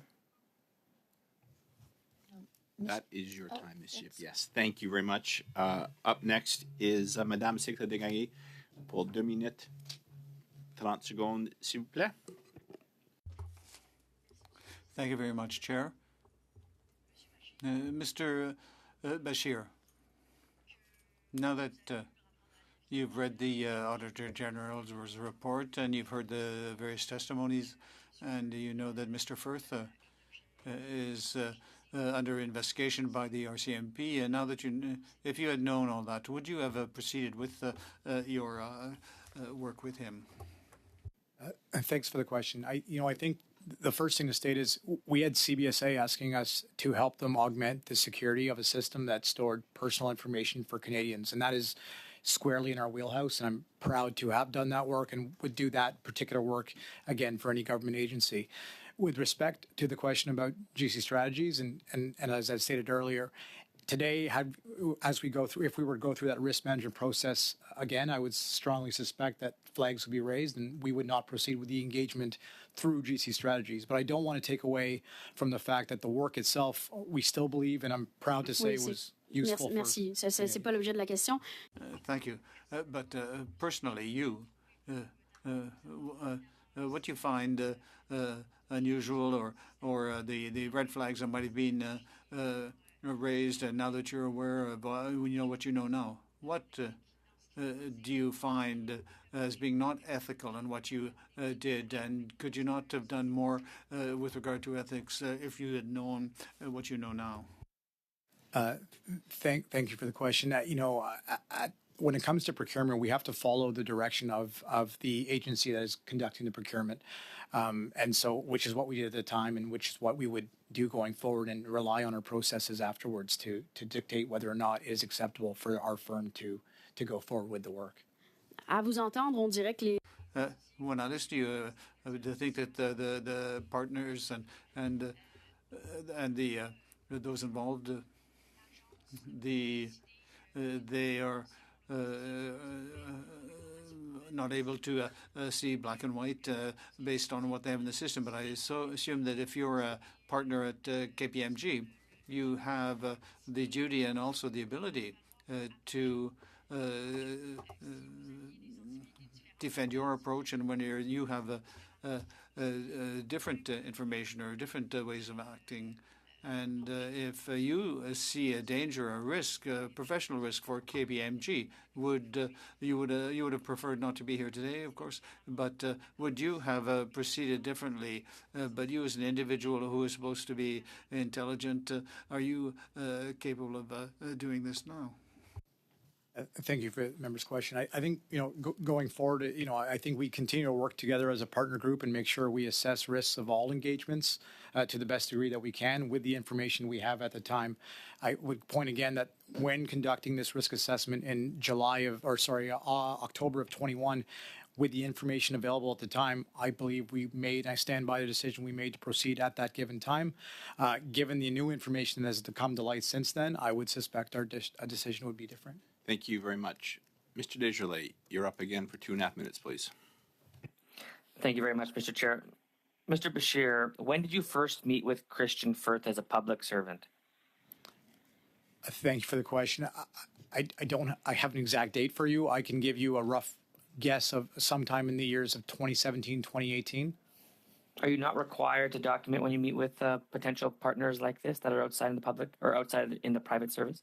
I think the level of documentation varies depending on the nature of the meeting. Like, a half-hour meeting with a vendor. You said you met in the lobby of a government building. Did you report that? That's correct. At the time, my management knew I was meeting with Christian Firth, yes. And how did you report that to management? I generally debriefed my leadership team on all vendor meetings, and did you write it down? I don't recall. It could have been an email. I don't have access to my email. So you don't recall, you don't know when, but you know you met with them. Yeah, to the best of my knowledge, I don't have access to my old emails. But, generally, if I could speak generally. Who did you report it to? Your leadership team. Who are the members of your leadership team? Who was your supervisor? At that particular time, it probably would have been, I've worked for a number of different, 2017, 2018, if memory serves, it would have been Mark Briard. Is that when you met with Christian Firth? Was 2017, 2018, or when did you meet with Christian Firth? That's to the best of my recollection is 2017, 2018. And the reason I say that... You don't know the whole year? Well, the reason I say that... You have to know at least a month. Yeah, and if you can allow me to answer, I know it was in relation to when we released our digital operations strategic plan. So in my head, I remember writing that in 2017. I just don't recall when it was published. And Mr. Firth would have contacted me after the publication of that digital operations strategic plan. So we're supposed to just believe you, Mr. Bashir, that sometime between the course of 2017, 2018, you met with Christian Firth in a government precinct and you failed to disclose in writing, and your mind seems to have failed you as well, even a month that you met with Christian Firth. Is that correct? Is that what you're telling us? Well, thank you for the question. Respectfully, you're asking me about a meeting 7 years ago. I'm doing my best to recall. If the Treasury Board of Canada Secretary likely has access to my calendar, and I suggest that might be the fastest way to get the exact meeting invite. I find it very difficult to believe that sometime in the 2 years of 2017, 2018, that it escapes your knowledge as to when you met with this person, and the fact that you failed to disclose it. Again, I'll ask you one more time. Did you disclose your meeting with Mr. Firth to anyone in writing? Thank you for the member's question. So generally what would happen after those types of meetings is I would debrief my management team. Yes or no, Mr. Bashir? It's an easy question. Debriefs could occur in writing or in person for this particular meeting. That is the time, Mr. Digely. You will have another slot. I'm going to turn now to Mr. Barrett for 5 minutes, please. Mr. Bashir, when you worked at the Treasury Board, you went to this large Canadian company and accounting firm. But when you were with the Treasury Board, how many times did you hear stories of companies like KPMG being sent to work through to subcontract through two-person, no value-add firms? Because it's extraordinary. And I've talked to, at these tables, a lot of folks, and the two-person scenario is an outlier. So how many times did you hear about that? Thanks for the question. I don't know the number of employees of every company for sure, but I would say it wasn't uncommon to see subcontracting relationships between companies of all sizes. I mean, you met with 50% of the employees from this company in a government lobby. You mentioned that much. We know that they even were able to write their own contract. There seems to be all kinds of exceptions around this two-person company, GC Strategies.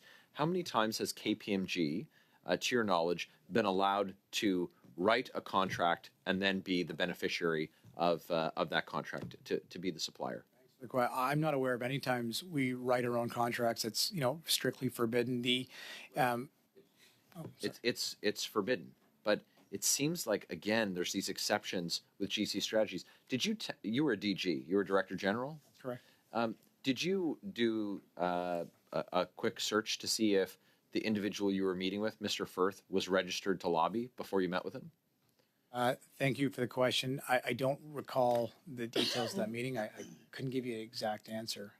Were you in the habit of meeting with lobbyists? Thank you for the question. No, we're not permitted to meet with lobbyists. Okay, so how do you, if you didn't check to see if he was a lobbyist, how would you know whether or not you were meeting with someone you were allowed to meet with? Oh, thanks for the question. I'm saying me personally, I don't know. My staff may have checked on my behalf as well. I've got to tell you, absent more of the details, it just seems like you have a bit of a soft spot for Mr. Firth, and I don't know how he was able to get this access to you. I don't understand how you would be directed on behalf of KPMG to subcontract for this same guy who got this access to you, who was lobbying as an unregistered lobbyist, and your paths seem to cross, and you say, well, it kind of all worked out, and it seems like it was okay. I think it's demonstrably not okay. This company has been engaged in all kinds of conduct that's not acceptable for any other vendor, and it's obviously not of value to Canadians the way that this was carried out. How many hours of programming or cybersecurity work did Christian Firth and GC Strategies do on the contract with KPMG for ArriveCan? Just how many hours? On my specific contract, they were not involved on my delivery. So they weren't involved? In my delivery, I cannot speak to what Mr. Utano and Mr. Firth did afterwards, but specific to delivery of... I gather that they probably went out for a steak and a beer. That seems to be the pattern here, is that they went out for dinners, collected 30% commissions, and then had someone else do the work and said, well, these guys are IT professionals, but they didn't do any IT work. How much exactly was KPMG paid through their subcontract with GC Strategies for the work on ArriveCan? Thank you for the question. As I stated earlier, the two task authorizations total an amount of $400,000. Do you know how much GC Strategies billed for that work? I do not have visibility into that. Well, we know that GC Strategies billed the government $452,000 for your work, and that's on the low end, which is a pretty good payday, $52,000 for doing no value-added work, and a senior government official facilitated it all. We know that you had that exploratory meeting with GC Strategies, Mr. Firth, and then were directed to work with GC Strategies. At what point did you leave the government to go become a consultant for KPMG or an employee of KPMG? What was the... That happened in May of 2020. May of 2020. Do you think it was appropriate and ethical for the government to have a senior CBSA official direct a business to work with a favored contractor, and I'm asserting that they're a favored contractor, like GC Strategies? Do you think it was appropriate and ethical? I think the government of Canada can decide the way in which. I'm asking you, sir, make a value judgment. On behalf of KPMG, is this the kind of company that KPMG does business with? We would do business with any company that. Do business with any company that's having their doors kicked in by the RCMP, that's obviously engaged in procurement processes that are illegal. Very much. I will allow an answer, Mr. Baird. Do business with any company. I'd like to complete the sentence. Thank you, Mr. Chair. Just to say, we would do business with any company that passes our risk management processes, as GC Strategies did at that time. Thank you very much. Ms. Bradford, you have the floor for 5 minutes, please. Thank you, Mr. Chair. Mr. Bernard, in response to an earlier question from MP Khalid, you indicated that you were surprised to see your company listed in the AG's report. So given that you made $3 million on contract work with ArriveCan, why were you surprised that your company would be listed in the AG's report? Well, first, we had no ArriveCan contracts. We had a call-up with the CBSA. It was a vehicle, and that vehicle was used. And I know the Auditor General says $3 million, so we immediately went and looked through all of our timesheets, and we were only able to identify 500,000.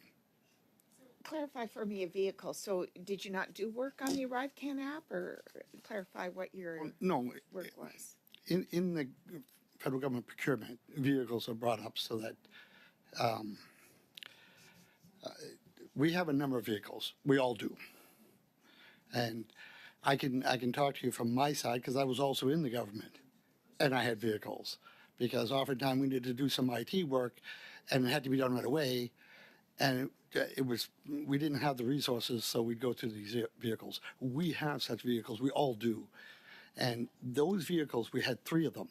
One of them was never used at all, and in 2 of them that were used, we identified at least $500,000 through the timesheets. So now I would like to hear from each one of the companies represented here today. The CBSA indicated that contractors were selected because they helped to produce a faster result, build the app faster. Do you agree that Donnacona, Tech Systems, and KPMG helped to speed up the process? And from each of you, how? How did your involvement or participation do that? Who wants to start? It doesn't matter to me. Thank you for the member's question. Just to clarify, our work at KPMG was a cybersecurity assessment post development of the application itself. So I can't really comment on how it sped up the development of the app. I can comment on the fact that we did help identify areas for improvement to enhance the security of the application for the benefit of Canadian citizens that used it. As we previously mentioned, we think from the timesheets, the work that was done, and our team was building infrastructure on the AWS cloud to accept data and provide business intelligence reports back. But it was not only from public health, but with many other applications that were providing data into this infrastructure. So we were building this infrastructure on the AWS cloud. I don't know if it helped speed up the app. I have no idea, but we were creating the infrastructure for a number of different applications. We're not talking about speeding up the app. We're talking about speeding up the process of developing the app. Question. You had to build something on the cloud. It's in the cloud, so yeah, it would help. Okay, and Mr. Loshman, how about your company? Thank you for the question, Mr. Chair. As I mentioned in our opening statement, we bid on and won 2 contracts with CBSA that went through a competitive process in which we were selected because of our value to the Crown. So yes, I think we delivered value to CBSA. Now, for each one of the companies, is there any new information or anything else that you would like to add or clarify during your testimony today? Because we'll be wrapping up soon. So is there anything that... I guess I would just say that we've already said it, that all of our contracts are competitively procured through the RFP process. There was no sole source or anything, and they were all the RFP process, and we were successful in winning them through a very, very competitive process. These processes are very competitive. Okay. Yes, Ms. Lee? Thank you for the member's question. I just want to add that on behalf of KPMG, we're really proud of the work that we did to support both the Public Health Agency of Canada and CBSA during the COVID-19 pandemic with, at the time, circumstances that for both agencies were incredibly stressful. And at all times, we followed the government's preferred procurement process. And we did not influence that procurement process. We abided by it at their request. So I just wanted to clarify that. Okay, and how much time do I have left? About 20 seconds. Okay, did you have anything that you would like to add? The question, no additional clarifications at this time. Okay, I'll see. Bye. Thank you very much. Beginning our fourth and final round, Mr. Brock, you have the floor for 5 minutes, please. Thank you, Chair. So, Mr. Bashir, I'm still going to be circling back on your relationship with GC Strategies and Christian Firth. Your evidence is somewhat clear, 3 to 4 possible meetings with Mr. Firth before you engaged with him pursuant to direction given by Mr. Utano. Did any of those meetings occur at his place of business? No, sir, they did not. Okay. All at the government offices? All in the lobby of 90 Elgin, from what I recall, yes. Were you familiar with where he conducted his business? I did not have any line of sight into that. He probably didn't tell you he operated out of his basement, did he? I did not have any line of sight into that either. No, he didn't offer that. That's correct. Didn't tell you where he worked out of? Did he give you a business card at least? It's possible. I don't recall, but I don't recall the basement conversation coming up. Okay, so help me with this because I have a hard time reconciling the evidence that your partner, Mr. Hartaj Najir, gave on the last occasion and your evidence today with respect to a very key issue. And my colleague, Mr. Nader, had basically used a phrase called flim-flammed. You weren't familiar with that phrase. It could be hoodwinked. It could be snowed. It could be lied to. You certainly didn't know, is what I understand. You didn't know that they offered no IT services whatsoever.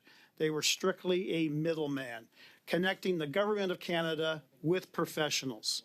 You're saying you didn't know that, and Mr. Firth didn't volunteer that information. That's what you're telling us today, correct? That is correct. Okay, so here's the problem. Your partner, Mr. Najir, on the last occasion at committee said the following.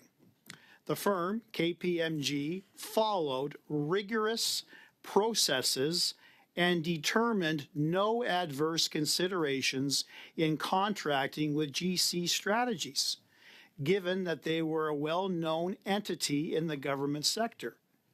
Both versions cannot be true at the same time. What were those rigorous processes that determined there were no adverse considerations? Did you at least do an address check? Thank you for the question. I don't know the detail, and I'll ask Ms. Lee after this to provide whatever details you can about our acceptance processes as that is executed by another team. But my understanding is that they look into a variety of factors, including the board of directors or C-suite, any kind of board of directors. It was a partnership. It wasn't a corporation. So let's move on to the other checks. Thank you. My understanding is they look for, any public lawsuits or adverse media attention, things of that nature. But Ms. Lee, please, if I'm missing anything in our... That's right. That's correct. And at that given time, given that these are, point-in-time assessments, nothing of concern was raised? A leading multinational consulting firm exercises the bare minimum of due diligence to determine that you are legitimately dealing with an IT company that lied to you. Don't you recognize the problems inherent with what you just stated to me? Don't you think you need to revamp your investigative measures to determine who you're actually dealing with? Thank you for the member's question, and if I may, Mr. Chair, I just want to comment on the testimony from Hartaj last time we were here. He was referring to the client engagement and the engagement acceptance process that we go through for every single project that we do, which is the and if I Ms. may, Lee, that's fine. This is my time. I have some other questions to ask of you. So, Mr. Utano asked you to deal specifically with GC Strategies in the virtual meeting that you had with him, correct? Okay. Did he say why? At that time, my understanding was that he was exploring a variety of procurement options as likely direct. Give you any other government, he didn't give you any other companies to deal with. He didn't say you can deal with GC or you can deal with Dalian or you can deal with Coridex. You choose. He just said, I want you to work with GC, correct? Yeah, that's correct. So at the time, we were exploring either, like I said, going out to RFP, full RFP, using the SEPS vehicle, or GC Strategies were the three options. And that's the first time that you had ever, working with the government of Canada, you had ever worked with a contractor that wasn't directly the government of Canada. Isn't that fair to say? Me personally, that was my first time, but as our written response stated, our firm has subcontracted in the past with approximately 13 companies. Thank you. That is your time. There's turning now to Ms. Shanahan. The floor for 5 minutes, please. Thank you. Thank you very much, Chair. And again, I'd like to thank the witnesses for appearing here today, and I regret the accusatory nature of some of the questions that you have been subjected to here today, and I also apologize for you having been subjected to some housekeeping that I did earlier. But I firmly believe that members of Parliament should be held to the same standard that they expect contractors, that they expect employees, that they expect the public to be held to, that have dealings with taxpayer money, and so that was the nature of my interventions earlier, but we can see that that was shut down for today, but may be revisited at another time. In the meantime, I would like to ask you about the Auditor General's report. So were you, and I think someone did answer this, were you contacted by the Auditor General's office during the writing of the report, Ms. Lee? Yes, thank you for the member's question. We were so KPMG was contacted, I think, a week in advance of the publication of the Auditor's General report to just to confirm some of the facts that were documented in the report. And as I said before, and I'll say it again, we read the report, we understood all the findings, and we cooperated fully. Very good. So you were able to confirm the facts. So when the report actually was issued, did you learn anything? Was there anything in that report that you were not aware of concerning KPMG? Thank you for the member's question. The only thing that we learned was when she documented that there was no documentation. I believe it was, I can't remember the exact wording, but it was to the effect of that there was no documentation or rationale provided by the Public Health Agency for the direct award to KPMG after the original SEPS contracting.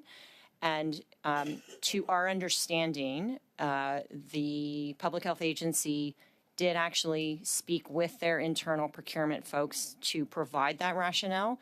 We were not given access to any of that documentation or were part of any of those conversations. But that was the only thing that stood out for us that was different than what we understood to have happened. Okay, so you were not contacted after the report came out about any follow-up or providing of any we were not, and that's correct. Documents. All right, and so the same question then to Donnacona, Mr. Dadal.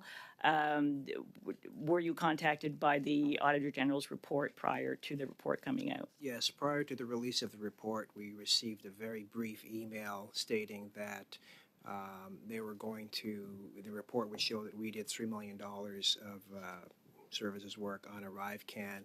We responded back after we had gone through our timesheets and said, from our records, we believe that number is probably in the range of 500,000. And we reported that back, and we didn't hear anything after that. And we had no other contact after that with the AG. So once the report was released, is that when you learned that the 3 million numbers was still there? Yes. Yes. All Yes. right. And have you had any contact now subsequent? No, none. All right. Thank you very much. And Mr. Lashman for. Thank you for the question. Yes, we were contacted by the Auditor General prior to the release of the report. We cooperated with her investigation and have not heard back from the office since. Was there anything in the report that that was new to you that you learned once the report was published? Thank you for the question. We've read the report and we agree with what's in the report. All right, very good. I'm now. Have any of you been contacted by the RC? If you are contacted by the RCMP, will you cooperate with ongoing investigations into the ArriveCAN application? Question, and just to be clear, for the ArriveCAN work that we've done, we have not been contacted by the RCMP, but of course, if we were, we would comply and we would cooperate fully. But we have not been. Excellent. Same question. We've not been contacted by the RCMP, and obviously, if we were, we would. All right, and cooperate. same question here. Thank you for the question. We have not been contacted by the RCMP, but we would cooperate with the investigation. All right. Well, thank you very much for the work that you did in public service, and I have no further questions. Thank you very much. Suivant, c'est Madame Sinclair Desgagnés encore une fois. Ms. Sinclair Desgagnés, two numbers.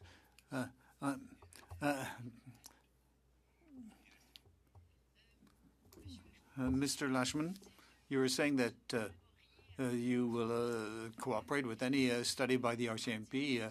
What do you have to say with regard to the current inquiry? Do you have anything else that you wish to share with us? Thank you for the question.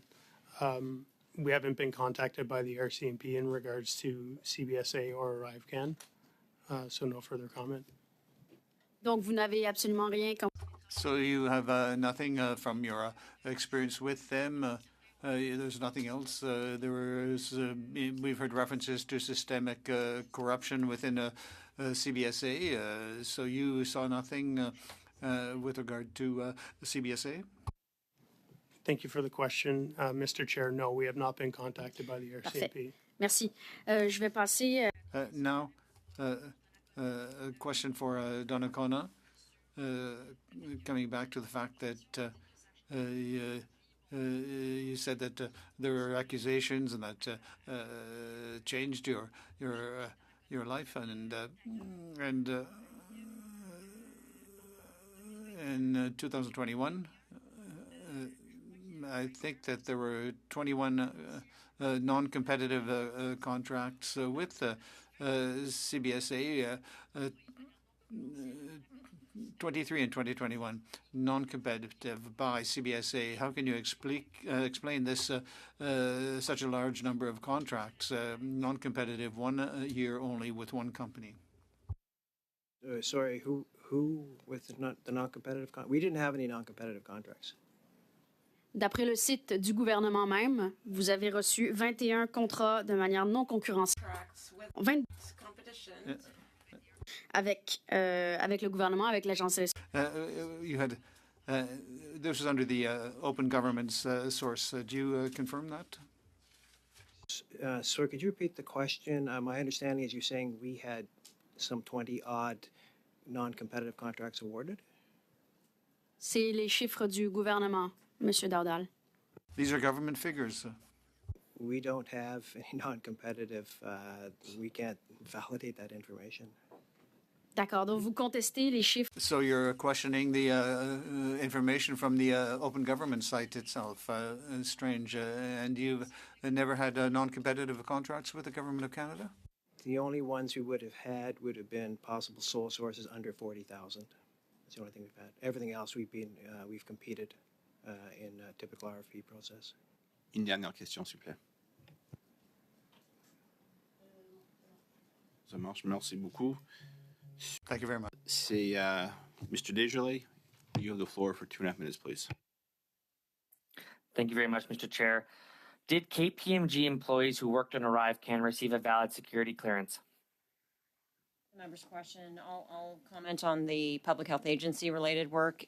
All of the employees who worked, or all of the staff who worked on the ArriveCAN program, yes, for public health agents, we had all the proper security clearance. We required reliability for that contract, for those contracts. And then At which level did they receive? So for the public health agency work, we were required to have reliability security clearance, and all of our resources had that reliability or higher. I myself have security at secret clearance. And if I could kindly, if you don't mind me adding, for the cybersecurity assessment work, just to reiterate what I said earlier, I had a mix of some secret cleared people who were doing more of the hands-on work with the rest of the staff at the reliability level. Did KPMG at any time share the results of the security vulnerability assessment with GC Strategies? No. In any capacity, sharing of reports, potential vulnerabilities found in the assessment, incident response plans, and any information, even if it was meeting in a lobby, Mr. Bashir? Thank you for the member's question. All of our results were shared directly with the CBSA, but I can't speak to who they shared them with after that. Now, moving on to intellectual property. Does KPMG consider any algorithm it produces for the government, in particular ArriveCAN, their intellectual property? So thank you for the member's question. I'll just clarify that for the public health agency related work, we did not develop any algorithms for that work. Similarly, when you say algorithm, I just want to clarify that KPMG didn't create or edit any code for the ArriveCAN app. Our work was more assessment after the code was developed to confirm that the code complied with Government of Canada security standards and policies. I understand. And the same question regarding security clearances for Tech and Donnacona. Did you receive security clearances? For all those employees that worked on the ArriveCAN app? Thank you for the question. Yes, we validate the security clearance of all of the professionals we place with the government. Unless it's very short, Mr. Donnacona, the security clearance? Pardon me. The answer to that was also. Clearances, we would have security clearances for everybody. Yep. And thank you. That is your time. That is your time. Mr. Nader, you have the floor for 5 minutes, please. Thank you, Chair. And it's too bad that the Liberal National Caucus Chair doesn't like our questions, but unfortunately, the government failed, and we have to ask questions on behalf of Canadians so that taxpayer money is properly spent. Mr. Bashir, you mentioned that you would have briefed your leadership team on your meetings with GC Strategies. Who were the members that you would have briefed on those meetings? Thank you for the question. As I mentioned earlier, given the time frame, it likely would have been Mark Briard. So you said leadership team.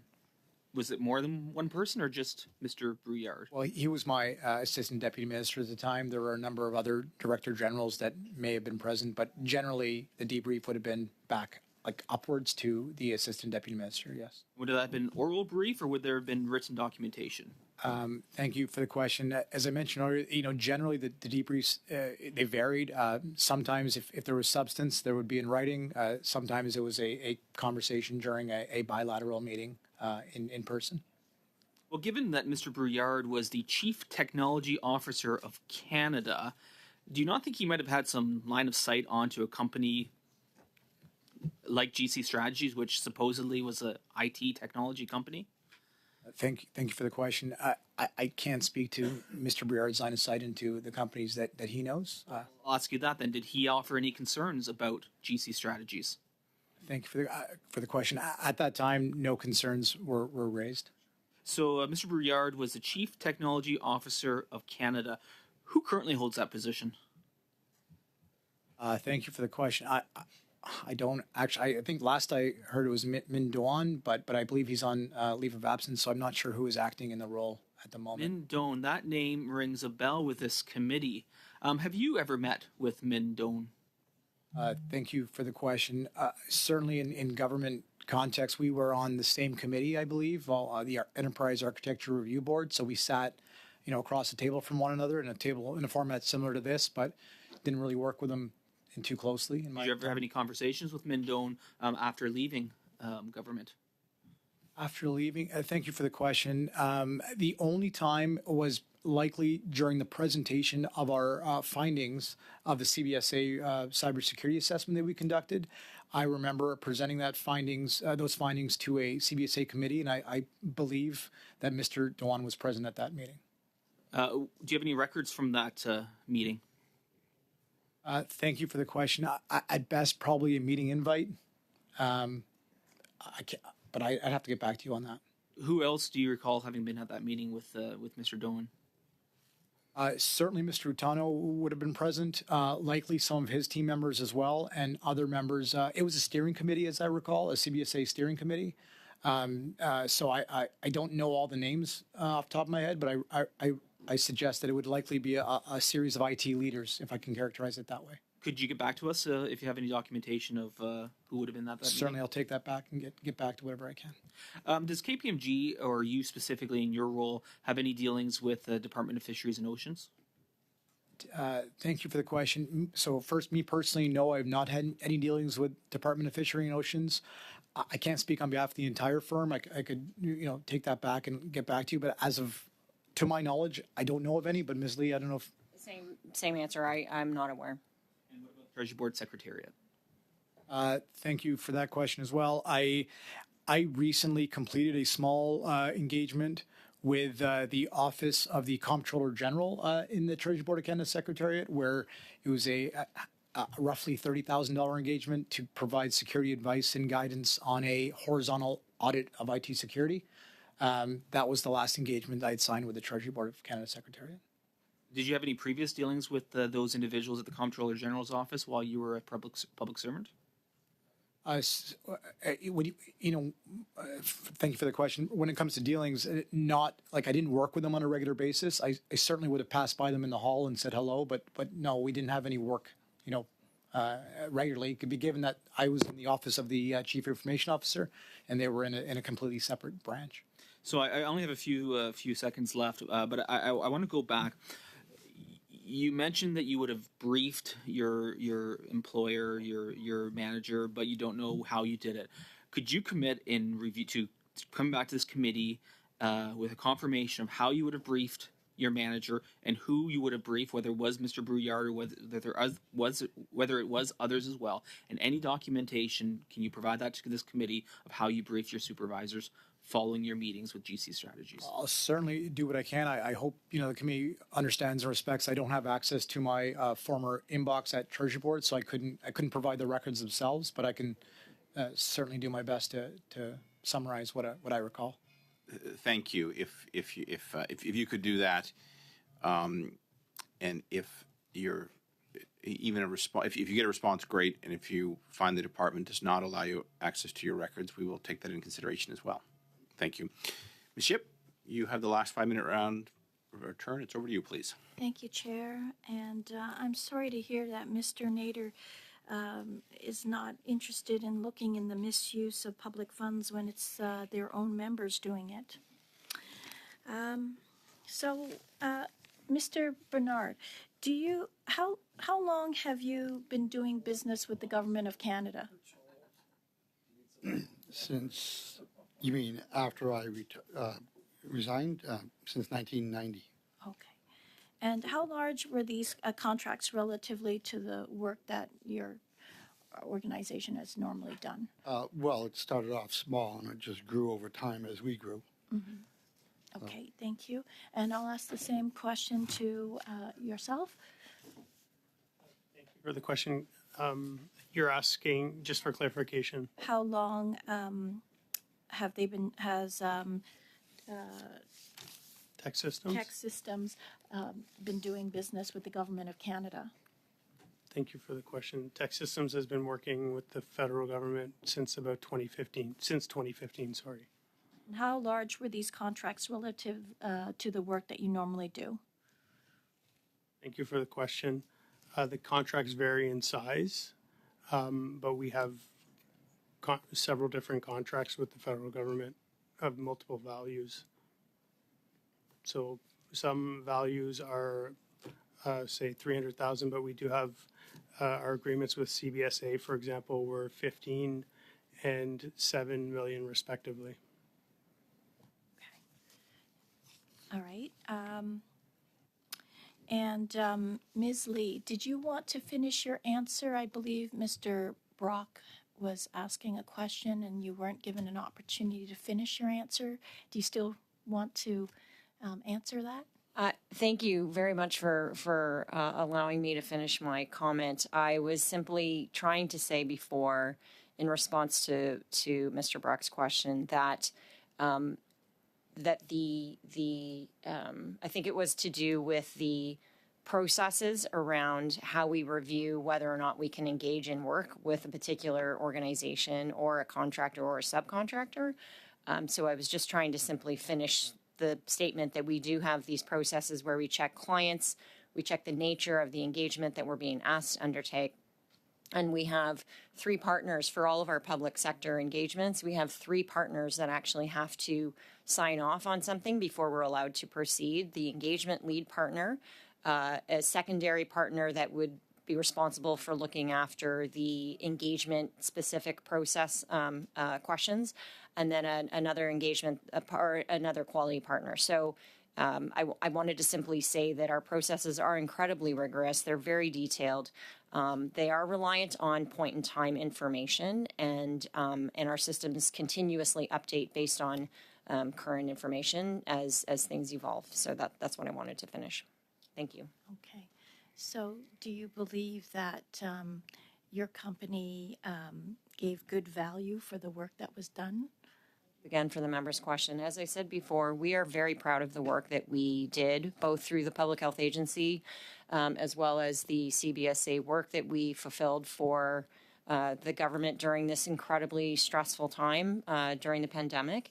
And we do believe that the work that we did fulfilled roles that the government themselves could not do in the time constraints that were required. And so, yes, I do think that we added tremendous value for the work that we provided for the Government of Canada. Mr. Bashir, looking back on everything that's happened, is there anything that you would have done differently? Thank you for the question. I echo my colleagues' comments and how proud we are of doing that job. If the CBSA required cybersecurity assistance to ensure the continuing protection of Canadians' information, that is right up our alley, and we would do that type of work again. I think going back to what Ms. Lee said, I wouldn't have done anything differently in the sense that we went through the processes we were supposed to go through. The Government of Canada had repeatedly validated GC Strategies themselves as a vendor of choice, of record, and awarded, I believe, 100+ contracts since 2015. So given that information, no differences to my answer. I think knowing what we know today, and knowing that some adverse information has come up with regards to that company, I don't suspect we do work with them going forward. However, I want to echo again that if a Government of Canada organization required cybersecurity support, we would be there, absolutely. How much time do we have? About 5 seconds, so a very quick question. Okay. Anything either of you would do differently?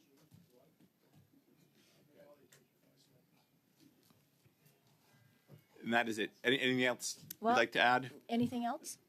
No. Thank you. No. Very good. Thank you.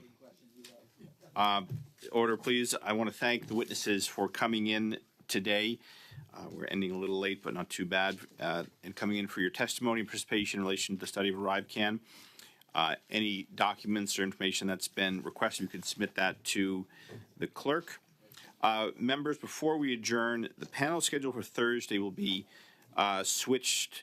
We can expect Minister Haidoo for the first hour and Minister Blair in the second hour. This is at their request, and I am inclined to grant that change.